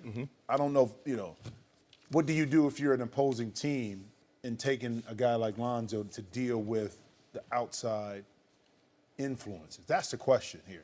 But I think it was a really good move for the Lakers. Great insurance policy, someone you can depend on. I think we're talking about Boogie Cousins. Well, who's the insurance policy? Well, to me, the insurance policy is Rondo because I know what he can do. Lonzo, I'm still trying to figure it out. If default mechanism, I can always go back to Rondo, Right, to be able to run the team. And see, that's where Skip and I are. We can't understand this move because normally when you have a guy like Lonzo Ball, you clear the decks for him. You don't bring a guy of that merit in Rondo to says, okay, you can come in and compete. If this is being true, you can compete for the starting job. They normally make it abundantly clear. If they do bring someone in, okay, he's our starter. Right. It's like the quarterback, Skip. Okay, he's our starter now. You do understand that. Right. They don't bring the guy and says, okay, you can compete with him for the starting job. No. Something's Magic. Now, Magic got. You thinking Magic backtrack from the original statements in regards to Lonzo kind of being the face of the front? Again, LeBron is there now, but you remember he was all in. And I don't blame him at that perspective. He was in. Everything that has transpired over the last year, again, sometimes you got to make adjustments and be realistic Unless about where you're at. Lonzo Ball is about to be the centerpiece of a big blockbuster trade. Exactly. Right? Exactly. It's possible. That's how it smacks of that. It smells of that to me. Because as soon as I heard it, I tweeted either Lonzo Ball is about to be an ex-Laker or LeVar Ball is about to be furious because he was on Undisputed on June the 12th, taking shots at Luke Walton for his curious sort of substitution patterns with Lonzo Ball because he always yanks him mid-first quarter and sometimes he'll sit him all the way to mid-second quarter. And I'm with LeVar on that one because I thought it broke the kid's rhythm and momentum. Some nights he deserved to play into the second quarter, if not most of the first half. Some nights he didn't. But all I can figure out is if you're going to keep him, did you bring in a Rondo who's known for his mental and physical toughness to compete? And you've been in that position before where you had to literally compete with a guy who can teach you how to play harder and sort of light a fire under you that Magic from a distance could not light last year. Right. Luke Walton couldn't light it, but maybe Rondo head-to-head with him can light it. Skip, if I'm Rondo and I hear Magic Johnson tell me it's an open competition, he's telling me he want me to win this job. Yeah. That's what Magic Johnson told me. Right. Now, I don't know how anybody else, because if you tell me it's an open competition, hold on, you just drafted this guy number 2 overall. I'm not committing to anybody for playing time. The best man win. So you just told me you want me to go win this job. Because why else am I here? There's no way you bring me here with that guy there if you want him to be your starting opening night point guard, Skip Bayless. No chance. But he knows that too. As a player too, I remember when I would go from different teams, I would evaluate who was on the team, who's playing my position, Right. and what they did well and what they didn't do well. And I would figure out, okay, if they're not playing defense, this is a way for me to get on the court. Right. More importantly, this is a way for me to end the game. Right. Because sometimes if I didn't start, it didn't matter to me at that point in my career. But I wanted to be in the game at the end when it counted. Mattered. And I knew that. So I already evaluated who's what and who's where. Same thing with Rondo. Of course. Rondo's like, listen, my thing is, I know what the Lakers are about, and I know Lonzo. But I got a great opportunity, and I know what LeBron needs. He needs somebody to take the pressure off of him. He needs somebody high IQ to run the team. Oh, I'm perfect for that. I'm perfect. If I'm Rondo, I'm looking at it from that perspective. Run a team in the playoffs. Run a team in the NBA Finals, Skip Bayless. Hey, Rondo he's a top 5 point guard. Yeah, he still make plays. There are times I thought he was top 1 point guard, Yes. except he doesn't shoot it that well over time in regular season. But in the postseason last year, he made 8 out of 19 threes and shot 42% because playoff Rondo will emerge. But just to be balanced on this, there have been long years when he's been pretty pathetic by his standards. I don't know if he's quit or given up, but remember at the end of his Boston run, he pretty much was a shell of himself. And then Sacramento, he was okay, but then he went to Chicago and he was just pathetic. No, Skip, they would have beat Boston had he not got hurt. I know, but Shannon, that was near the end, because at the beginning it was questionable. Dallas when he fell on hard time, they said, you know what, bro, just go away. Yeah. We don't even want you in the state of Texas anymore. Just go away. I mean, he's another one. If he cares, he really cares. You better look out. But when he's out, Yeah. I mean, what is it with the Kentucky guys? Boogie has that kind of personality. You know, you hear John Wall rub some people the wrong way. Rondo. I mean, what? Come on, Cal. I don't know what it is, but I think he's learned too, and Boogie fits in this too. The older you get, the more realization you know that's coming to the end. Yeah. Your attitude tends to change a little bit more, so you accept some things in your career, whereas when you were younger, full of bravado, you're like, oh, I'm good. They have to play, but they don't have to now. Yeah. When that phone doesn't, those calls don't come in, the reality sets in, your perspective totally changes. Because normally, when you young, that phone, it's going 12 or off. what, I mean, hey, you got to have operators there for all these calls. Then all of a sudden, Skip like, You got to have waiting around, right? multiple phones. Yeah, exactly. All those calls, Hey, you're like, oh, hey, did you pay the bill? Oh, no, I ain't getting no calls right now. You checking in with your agent. You hear anything yet? Yeah. What you got? You hear anything yet?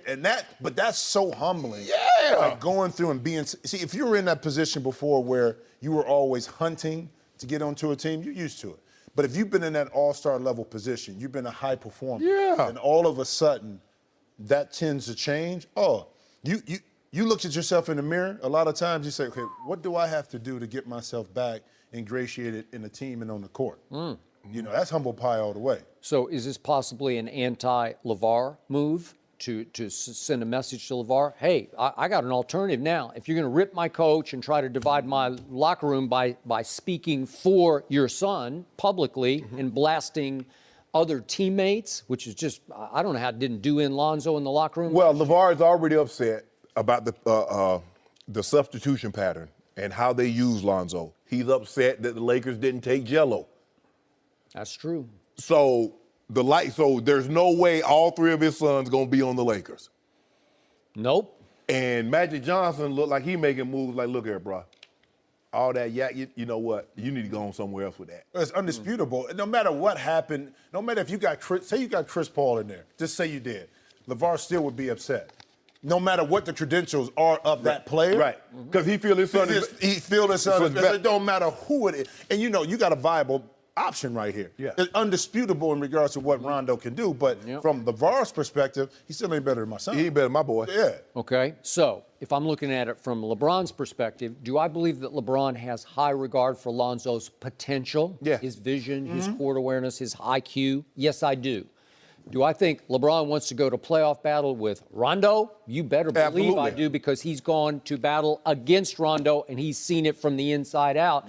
This guy, when it's time, whew, And all those championships that LeBron has won. Yeah. How many young guys play major minutes?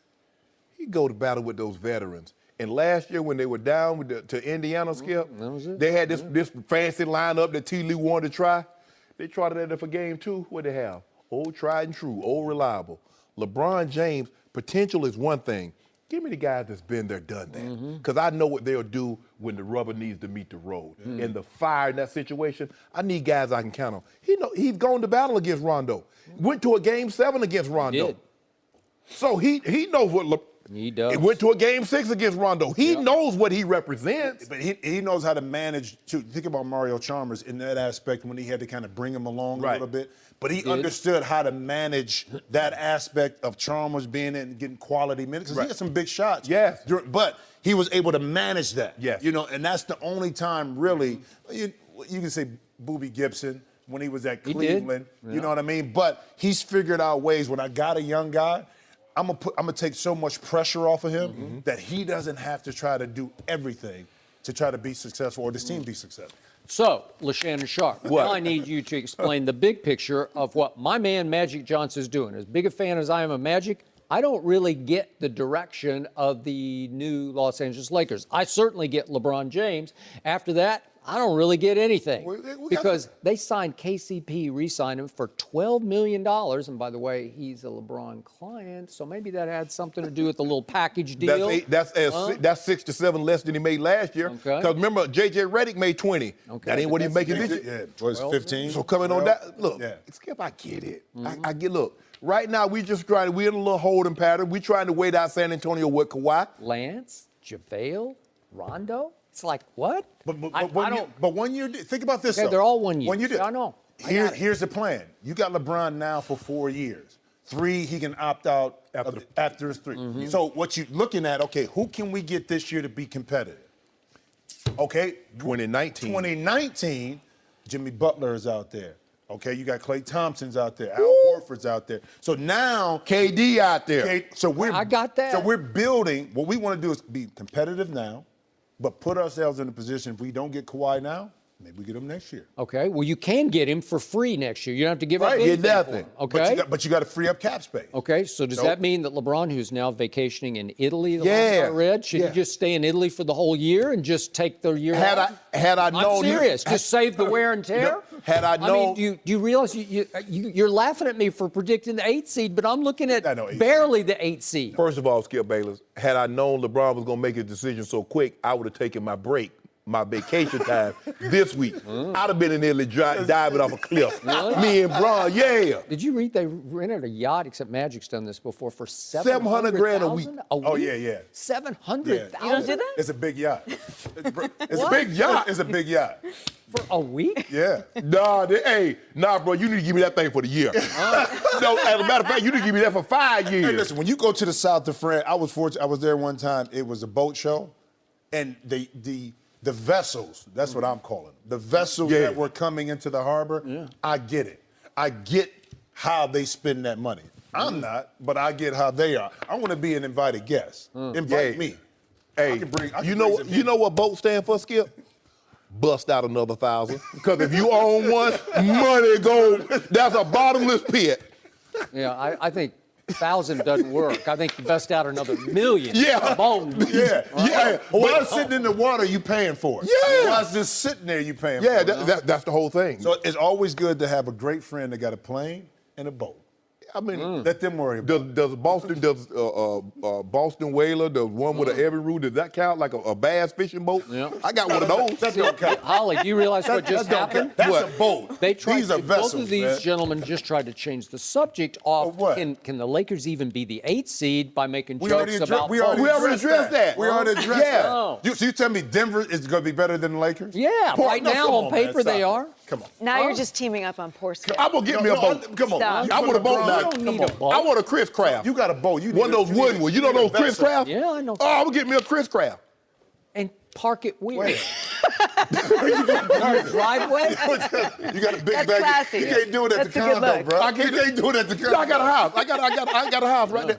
I'm gonna give me a Chris Craft. Okay. Be driving to Santa Monica Pier. Ooh. That's hot. It's really hot. Jim, as always, thanks for joining us. Hopefully my pickup. be hating on Also, me. Skip, who knows golf very well, said Justin Rose, by the way, is his pick. It's a great one. Did you say who? I'm not gonna say it because my boys might be watching. Oh, okay. I can't let them, Well, we let them we in. have to pay it off. It's Tom I Frequent. saw it. Sorry. Oh, what? And I like it. We have to pay it off to everybody at home. You said your boys already knew anyhow, so. Oh, sorry, I'll find another one. There's 156 people playing. I will find another one. If I get the first pick, I'm good. That's the only problem. Always call me. All right. All right. How will Boogie Cousins fit with the Warriors? We'll discuss that coming up with Steven Jackson next. Stick around. No mercy. Back to the big story of the day. The defending champs got even better last night.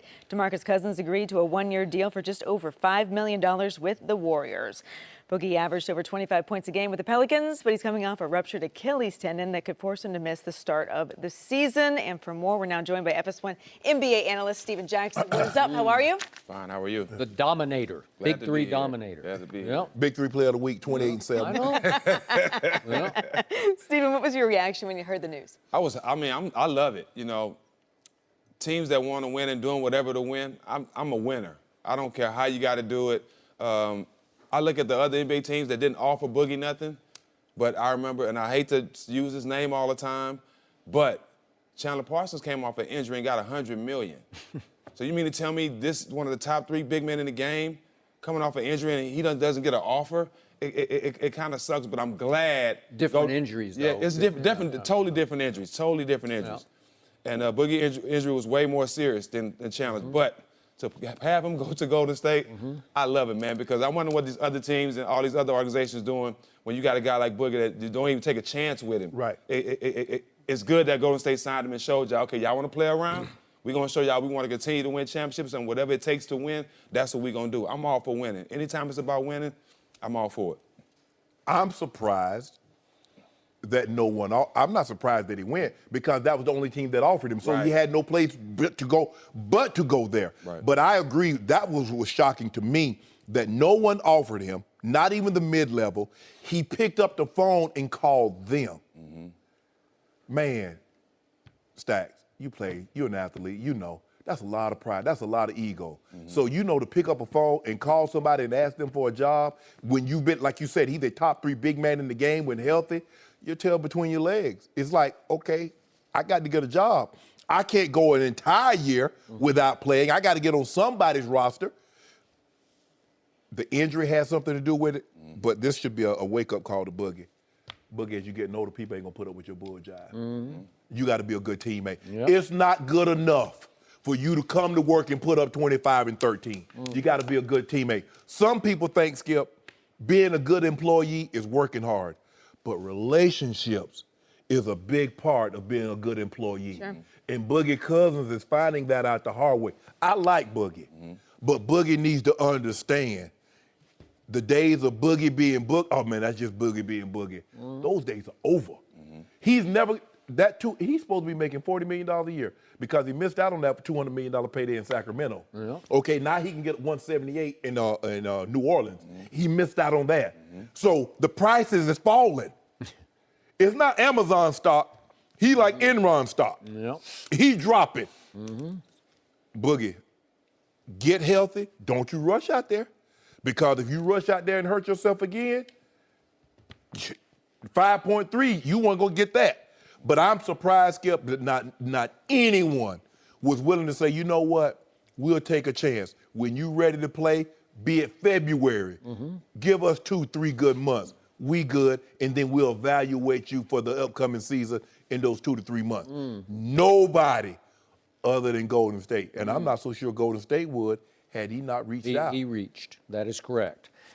I'm still a little disappointed that your Los Angeles Lakers didn't reach out to DeMarcus. Seriously, because it seemed to just be screaming for, here, LeBron, you want to talk about help? I think he would have, Big help. He is a gifted big man. Because they don't have a big man. They let Randall go. So, Skip, I thought that's what they were doing. Once they renounced the rights, I thought that's what they were doing. They were lining it up to go get Boogie.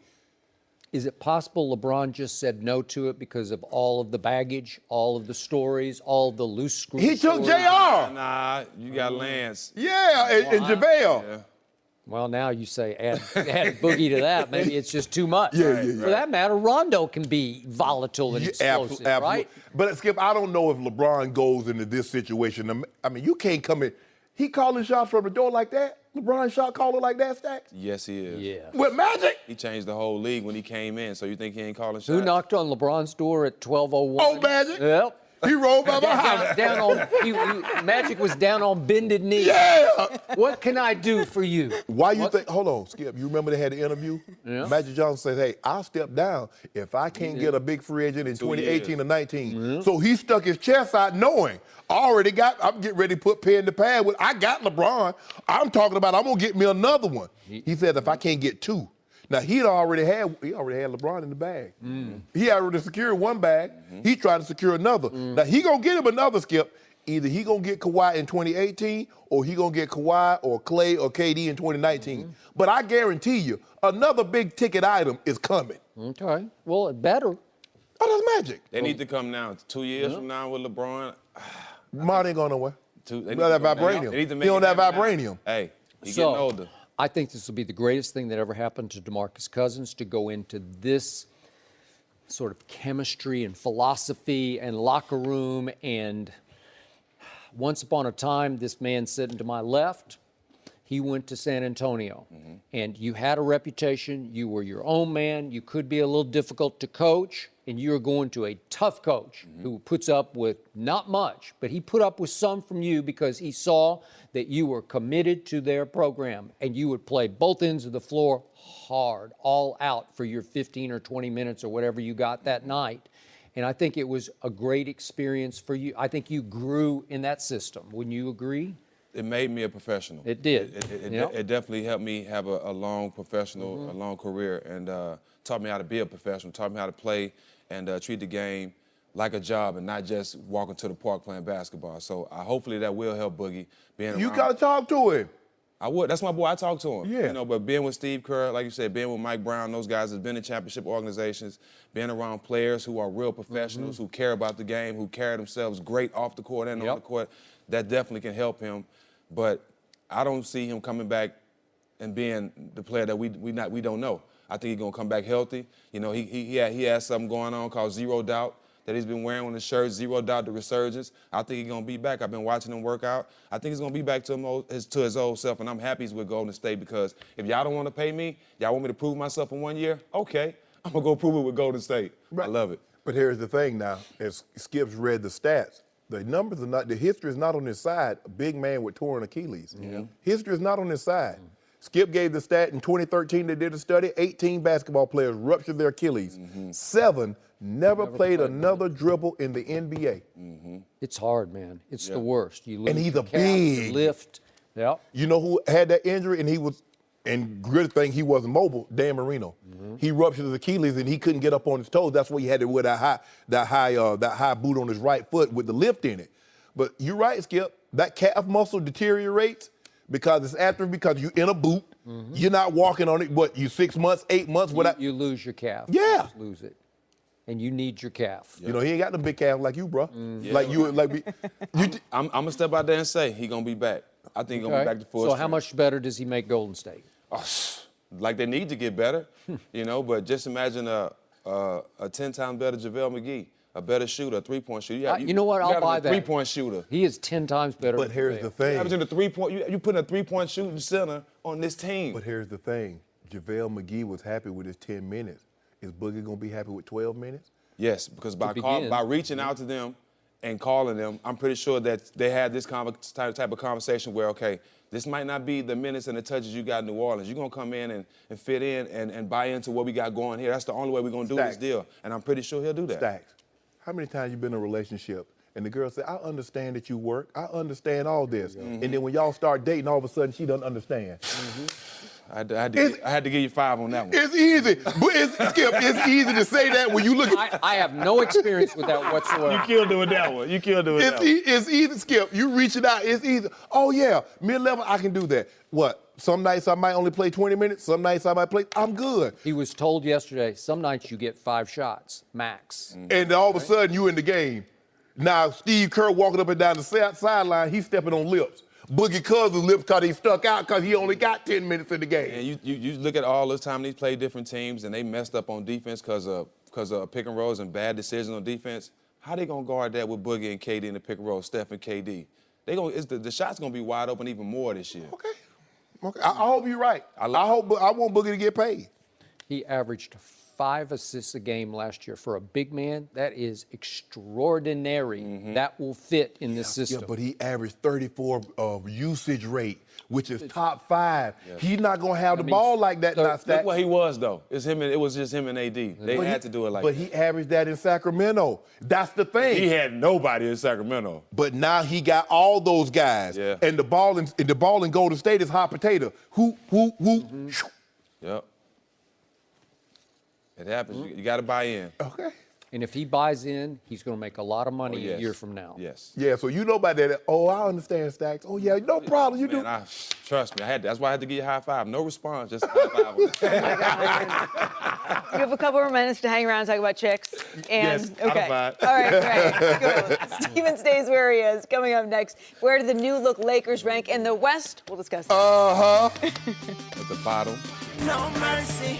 The Lakers have been very busy in the first few days of free agency. Of course, they added LeBron James, but they also agreed to one-year deals with JaVale McGee, Lance Stevenson, and Rajon Rondo. Right now, the Warriors are the only team with better title odds than the Lakers. And for more, we're once again joined by Steven Jackson. Steven, the Lakers, where do they rank right now? Simply put. They're going to make the playoffs. I don't know where they're going to rank, but they're going to make the playoffs. I mean, you got LeBron James, you got the best player in the game, so they definitely going to. Say that one more time because Skip didn't hear you. Wait, did you say Kevin Durant was the best player? I thought maybe I misunderstood. LeBron James is still the best player in the game. Skip, why you do that? Well, Kevin Durant is the most efficient. So that's how we're couching. Well, and some nights KD is the best player in the game. He was the Finals MVP he was, 2 years in a row. That's all I know. Yeah. So. You know? Nobody thought Kevin Durant was a better player than LeBron James, considering that Steph Curry had 2 games of over 30 points in those 4 games. Did you see Game 3? The closer. Did you see Games 2? Wow. Did you see Game 4? The closer. They call him the closer. But the Lakers, they'll definitely make the playoffs. I think for the most part, they added a lot of smart pieces as far as veteran-wise, guys that's been there, guys that know how to play the game, guys that LeBron can rely on. But they still need other pieces. Yeah. They need another star in order to be where the Lakers want to be. They're going to win right now. It's going to be entertaining, but they're not going to be the team they need to be until they get another star. So what do you got? 7 seed, 6 seed? I said 7. 7? Ooh. Well, I say 8. I say so 7. What's the big difference? Third. Could be higher. Why third? I thought you said second yesterday. No, I didn't say Did second. you sleep on it and come to your senses? I don't know why all of a sudden, I don't know who OKC got all of a sudden now. They're going to move up from the 5th seed. They got him back. They got Paul George. They got Russell Westbrook. That's what they got. Were they there last year? Yeah. Okay. And how'd they do? The first year, they struggled. They lost their defensive They made it to the stopper. playoffs. Well, first of all, Robertson need to be swapped out for Stacks. So we going to swap him I'll out. buy that. For OKC. We going to swap him out. Are they listening? Say it again for people in the back. We going to swap out Robertson to OKC. We going to put Stacks in there. But y'all not going to beat the Lakers. I mean, third, Skip. Now, look, we still don't know Who what. do you have second? Hold on, let me finish, Skip. We still don't know how good. I believe the Rockets take a step back. Now, they can take a big step back. They already lost Ariza. Now, they lose Capella. That's an even bigger step. Yes. So the Warriors are going to be the Warriors. The Warriors are going to be the number 1 seed, I believe, regardless of whatever Houston did. Like prohibitive favorites, Yes, right? yes, they are the prohibitive favorite. Now you got to probably bet like $5,000 to win, or $150 betting on the Warriors to win the title. But I don't believe Portland will be better than. I don't believe Portland, Denver, Utah. I don't believe either one of those 3 teams will be better than the Lakers. So that's right now. I stop right there. That's 4 seed right there, Skip. So that's 4 right there. So I'm trying to figure out, again, I'm the biggest Magic Johnson fan, and you keep saying he's got a no look that we're not gonna see we ain't coming. seen it yet. I believe it. I got to see it to believe it because I haven't seen it yet. I see misfits. I see 2 + 2 + 2 don't equal 6 or 8 or 10. I don't get what he's doing. Like, wait a minute. Rondo? I still don't get the Rondo move. I don't know. Unless Lonzo is about to be an ex-Laker in a big bombshell trade, if it's Lonzo and Kuzma and Brandon Ingram for Kawhi Leonard, I would get that. And I would do that. Stop trying to put Magic Johnson has made it abundantly clear. Kuzma is off the table. Oh, really? Yeah. Well, that's the problem right now. That's That ain't why no you problem. don't have Kawhi Leonard. Exactly. So is Kuzma that valuable? He's more Yes. valuable than Kawhi Leonard? I tell you what, Danny Ainge hung the phone up when they talk about Jason Tatum. Okay. The Kuzma's know. not Jason Tatum. I don't know, but Kawhi Leonard has made it clear he wants to be in L.A. He doesn't want to be in Boston or So Philadelphia. we might have to wait them out. Now we're trying to at least we're trying to offer you something. We're not trying to rob you, San Antonio. Yeah. We're gonna give you Brandon Ingram. We'll give you Lonzo Ball. You want Josh Hart? We'll give you him, and we'll give you give you a pick. That still don't add up. So how do you build a team around LeBron James? What does he do best of all? The best thing he does is pass the basketball. And the best part of his passing game is that he can see over the defense for three-point snipers. I've never seen anything like it. He can just fire it all, as they call them, skip passes. Yeah. Not named after me, but just where he skips it all the way across court over everybody's head to an open three-point sniper. And his snipers are now Lance Stevenson, who shot 29% from three last year, or Rondo, who gets hot in the playoffs, but he's 31% three-point shooter. Help me out. Obviously, Lonzo struggled last year. He shot 41% at UCLA, but he did not shoot the ball well. Do you think Magic Johnson is a basketball genius? Yep. They say a genius sees something no one else sees and hits his target. Yep. So I trust Magic. Okay. But how many times have we seen great players not be great general managers? Because the greatest player in the history of any sport is now the worst general manager in all of basketball, because I think Michael Jordan has basketball genius about him, and he continues to put out the worst product continuously. But here's the thing. In the NBA. Magic is really not LeBron is already ready-made. Kawhi will be ready-made. Clay will be ready-made. KD will be ready-made. Okay, we're talking this year. Yeah. Right here, we got right now. We got some in the works. First of all, Stacks, you never get equal value for a superstar. Right. So no matter what they give up. So unless Kuzma and Ingram turn into Defensive Player of the Year, then final MVPs, whomever get Kawhi was going to, or whatever you trade for him, unless that gets the players you trade, one of them or a compilation of them turn into that, you lose that trade. How do you get equal value for Kawhi? The guy's been a Finals MVP. He's been twice Defensive Player of the Year. He's been twice first-team All-NBA. So how do you get that value? Leverage, necessity. Yeah. L.A. needs him badly, right here, right now. Even if they give that up, unless Kuzma, unless Ingram, unless Lonzo turn into that, the Lakers still would have won the trade because they get that in a player that's only going to be 26, 27 years of age. Okay, then do it. You're making my case. No. Magic, we're going to slow down. We're gonna slow We down. already. For look, what? First of all, Skip. Go. First of all. Smartest people in the world are also legally insane. Remember that. Yeah. Oh, I didn't know that. Wait, Yeah. what? Most Me. geniuses, Whoa. most of the smartest people in the world are also legally insane. What They're so smart. what does legally insane? They're so smart that they're legally insane. Like they're so smart they're crazy. That's often true. Me. That's true. Like, I'm a genius over here, Skip. I'm sitting on the IQ. You have high IQ, Okay. and you are a little crazy. But But Skip, look, you just want us to just empty our coffers and say, okay, San Antonio, just pick who you want. No, we're not going to do that. we want value for value. You're getting. You keep telling me he's a two-time defensive player of the year. Is he not? Yep. You, the best two-way player in the game. Yes. Okay. And he look good side LeBron, too. Lonzo, Kuzma, Ingram. Done.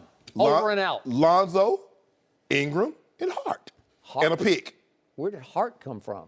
You got to have Hart. Have a Hart, Skip. Spurs don't want Lonzo. They got a nice point guard they like over there right now. I wouldn't mind mixing and matching Lonzo with him, and I do love him. Well, we- I love DeJounte Murray. I love him. Well, we tried to get a third team involved. Okay. So as is, see, I'm having to respond to Holly's question. As is on paper right now, I see the 8th seed because I see a Lance who is, again, I love his ability and I love his mental toughness, but he can be a little knuckleheaded occasionally and be a little hard to coach. In LA. And JaVale, he's got huge ability, not DeMarcus ability, but huge ability, but he can be a little knuckleheaded occasionally. And Rondo can just flat out be a little crazy. Speaking of gifted crazy, he can be a little crazy. Ask Doc Rivers what happened at the end of his time in Boston. He just flipped out, man. He was hard to coach. Lance and JaVale, they like medicine. They work best in small dosage. Okay. You take too much of them, it'll probably kill you. So we're going to give you 10, 12 minutes of them a night. Everybody be happy. Look at JaVale. In the playoffs, he's playing like 12 minutes, couldn't miss. Getting dunks, rebounding, blocking shots. But that's how you have to play him, Skip. He's not a 20, 25-minute-a-night guy. Lance, you can't play, because he's going to start out there thinking he had the rucker, and he go out there one hand, doing all this kind of stuff. You are. Yes. No, small dosage. LeBron got to Skip.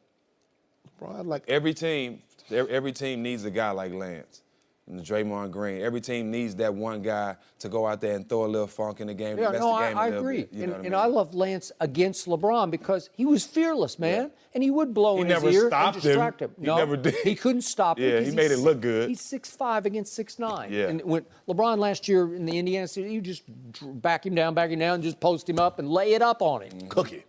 He cooked him. He did. No, I agree. He won't have as many guys terrified of him as in the West as he did in the East. They were terrified of him in the East. Yeah. The West, like, come on down there and see what we got for you. Look here. I'm trying to tell you. He's still, see, I love it.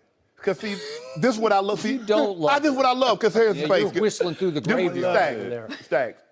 If you see me and a bear in a fight, don't you help me. Help the bear. Pour honey on me first, because I want the bear to stay.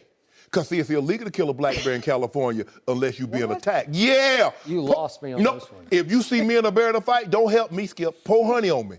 I got this. LeBron James came to the West and said, I got this. He's still LeBron James. I should pour honey on LeBron? Pour honey on him. Right. Pour honey because I want the bear to stay there. Yeah. Because when they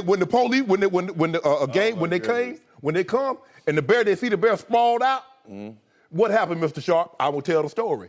He attacked me. I had honey on me. My homeboy Stack poured honey on me. He tried to attack me. I had to take the bear out. This is Shannon Sharp on KDKA signing off. LeBron is going to, with his bare hands, slay the Bears that are in the West. No, I was saying Stacks talking about the Western Conference and all these players. LeBron done beat them all before. Right. He's still LeBron James. He's just on a different team. A polar bear is a polar bear whether he's in the Antarctic or a zoo in Brooklyn. He's still that. He got swept in the finals. He's still LeBron James. He melted down before overtime of Game 1. Do you remember that? Remember what happened? Remember the tantrum he threw? I want him to melt down every game and give me 49, 8, and 8 before he melt down. If he do that in the regular season, that'd be good, huh? 51, 8, and 8. Yeah. Wow. West got something for you. Yeah. The West ain't got nothing for us. We got something for them. We just wanted to show y'all we not scared of the West. Yeah. We just want the West to know they don't mess with us. You and Lance. I feel like we need to take a break. I don't know what's happening right now. Stephen, thanks for joining us. Don't hang out too much with him. Bear don't want no Shea Sharp. All right. T.O. unveiled his Hall of Fame plans. We'll discuss that coming up next. I'm totally lost. No mercy. Well, we now know where Terrell Owens will be spending Hall of Fame induction night. He issued a statement less than an hour ago saying he would be giving his Hall of Fame speech at his alma mater, the University of Tennessee at Chattanooga, on August 4th. T.O. said the event will be free and open to the public if you're interested in attending, I suppose. So T.O. Shannon stays true to form, does things his way. What's your reaction? T.O. knows I'm disappointed.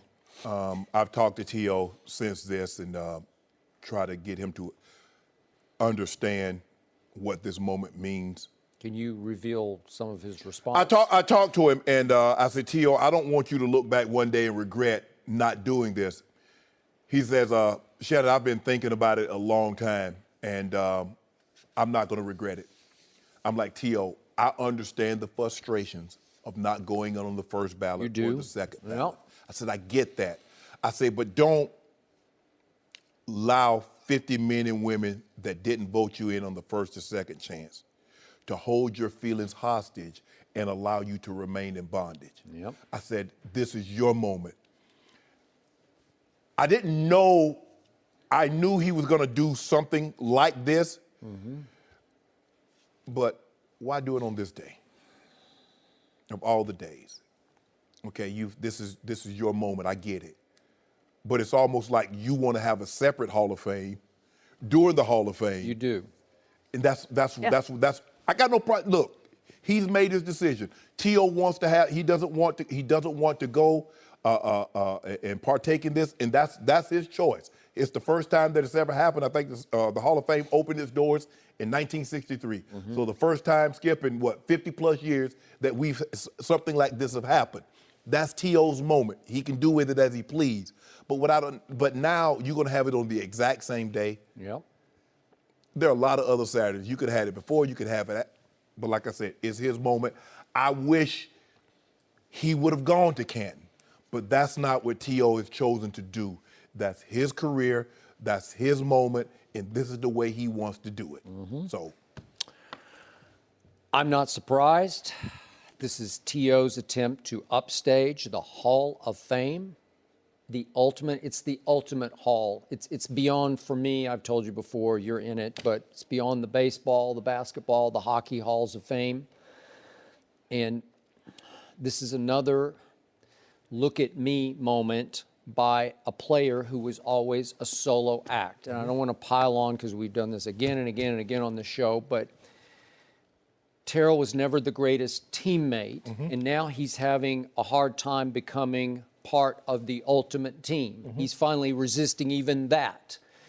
He is validated, man. This is the ultimate validation. Of what you play for. Yeah. This is from the first day that you ever hold a football in your hands. The goal is this, and you embrace it. I told him when he was here the last time, just embrace it and enjoy it and accept it. But he doesn't want to give up his sympathy card that he's played so many times.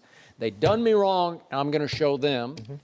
And if you can explain, I don't know, in the release, something about he's going to give a speech at 3:17. I don't even know what that means, but what the significance of that is. I thought is that the moment he was supposed to give his speech and can't, but you can't really time out when you're going to give the speeches. But whatever.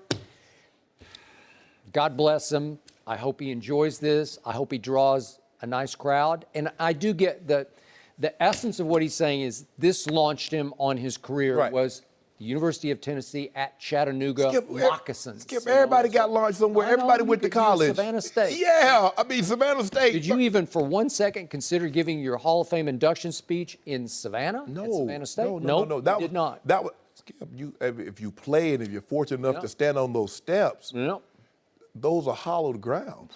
And to be a part of that, let's get guys go in the first ballot and Jim Brown and get all-time great players. But I don't feel because I went in on the third ballot that I'm inferior to those guys because we reside in the same building. So that's the way I look at it. But and Skip, you've known T.O., you've covered T.O., and I've said this about T.O. If T.O. feels you've ever done him wrong, it's it. He has no problem. He has no problem moving on with his life, and that's how he is. He feels they've done him wrong. But for me, I think to have 50 men and women, and they didn't play for the most part. They didn't play college football or they didn't play professional football, and they validate you, Skip. Now, look, do I think players should maybe some more players now in the last couple of years? Players do get an opportunity to get in the room, and I think. Dan Faust and I think James Lofton are the two players that are in the room. But in talking to T.O. and we talked a good 35 minutes, Skip. And I'm like, T.O., are you sure? Are you sure? He's like, Shannon, I'm sure. This is what I want to do. I feel comfortable with this. I'm going to have a celebration where I want my family and friends. I'm like, Canton Akron Airport, they do have airplanes and they do, they'll allow you, they have hotels and they will allow your family and friends. He's like, nah. Did Jerry Jones have a party last year? Yeah, almost $20 million worth of parties. That's what I'm saying, but you can do it right there. Oh, exactly. And people were like, well, the Cowboys and talking to him, people had stepped up, teams had stepped up and says, okay, T.O., this is what we're willing to do. So he was going to be able to get a large portion of his family and friends there. They were going to take, the teams were going to do was going to sponsor a lot of this, but T.O. had it in his mind from the time that he didn't get in on the first or second ballot. Skip, he didn't just plan this once he got in this year. This had been brewing. I got it. It's about him. All right. The Greek Freak had a message for Skip yesterday. It's getting personal. Why you bother people? Straight ahead. Why you keep bothering people? No mercy. Time for our final topic of the day. After LeBron James signed with the Lakers, our own Skip Bayless tweeted, quote, "The best player in the East is now Joel Embiid." Well, the Greek Freak saw this and responded to Skip saying, quote, "That's all I needed for this summer. Thank you, Skip. Hashtag motivation." This is the power that you have. Skip. You know what? For once, I really liked his response back to me because it wasn't snarky or mean-spirited or personal or got you back. This is how you channel your get even. You know this. You just go to work. You work harder than ever in this offseason. You prove me wrong. You show me different next year. It makes me want to root for Giannis to dethrone Joel as the best player in the East because I still think he is at this moment. Why are you harassing people? Harass people. You do. This man was minding his own business. Giving his opinion.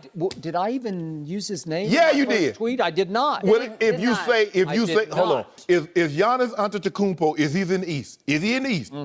Okay, if you say Joel Embiid is the best player in the East. You agreed with me yesterday right here Well, you on the didn't tell show, a lie. You ain't live lie. TV. You agreed with what I said. I do agree. Yeah, thank you. But you harassed this man. You bothered this man. This man was, Did not harass he probably had his feet up on the television watching might TV. have. He's like, yeah. He's like, huh? Yeah, and next year he'll thank me when he becomes the best player in the East, and I'll say you're Right. welcome. We'll sit right here and tell you Are they that, yeah. trading Joel Embiid to the West? Nope. Okay, well, he ain't going to be the best player in the East then. Okay. Joel Embiid. The truth is, I need to see a little more from Antetokounmpo. I do. The man is 7 foot tall, can post up, got a mid-range game, can shoot the three, and he's outstanding. He was third. He finished in top 3 of defense.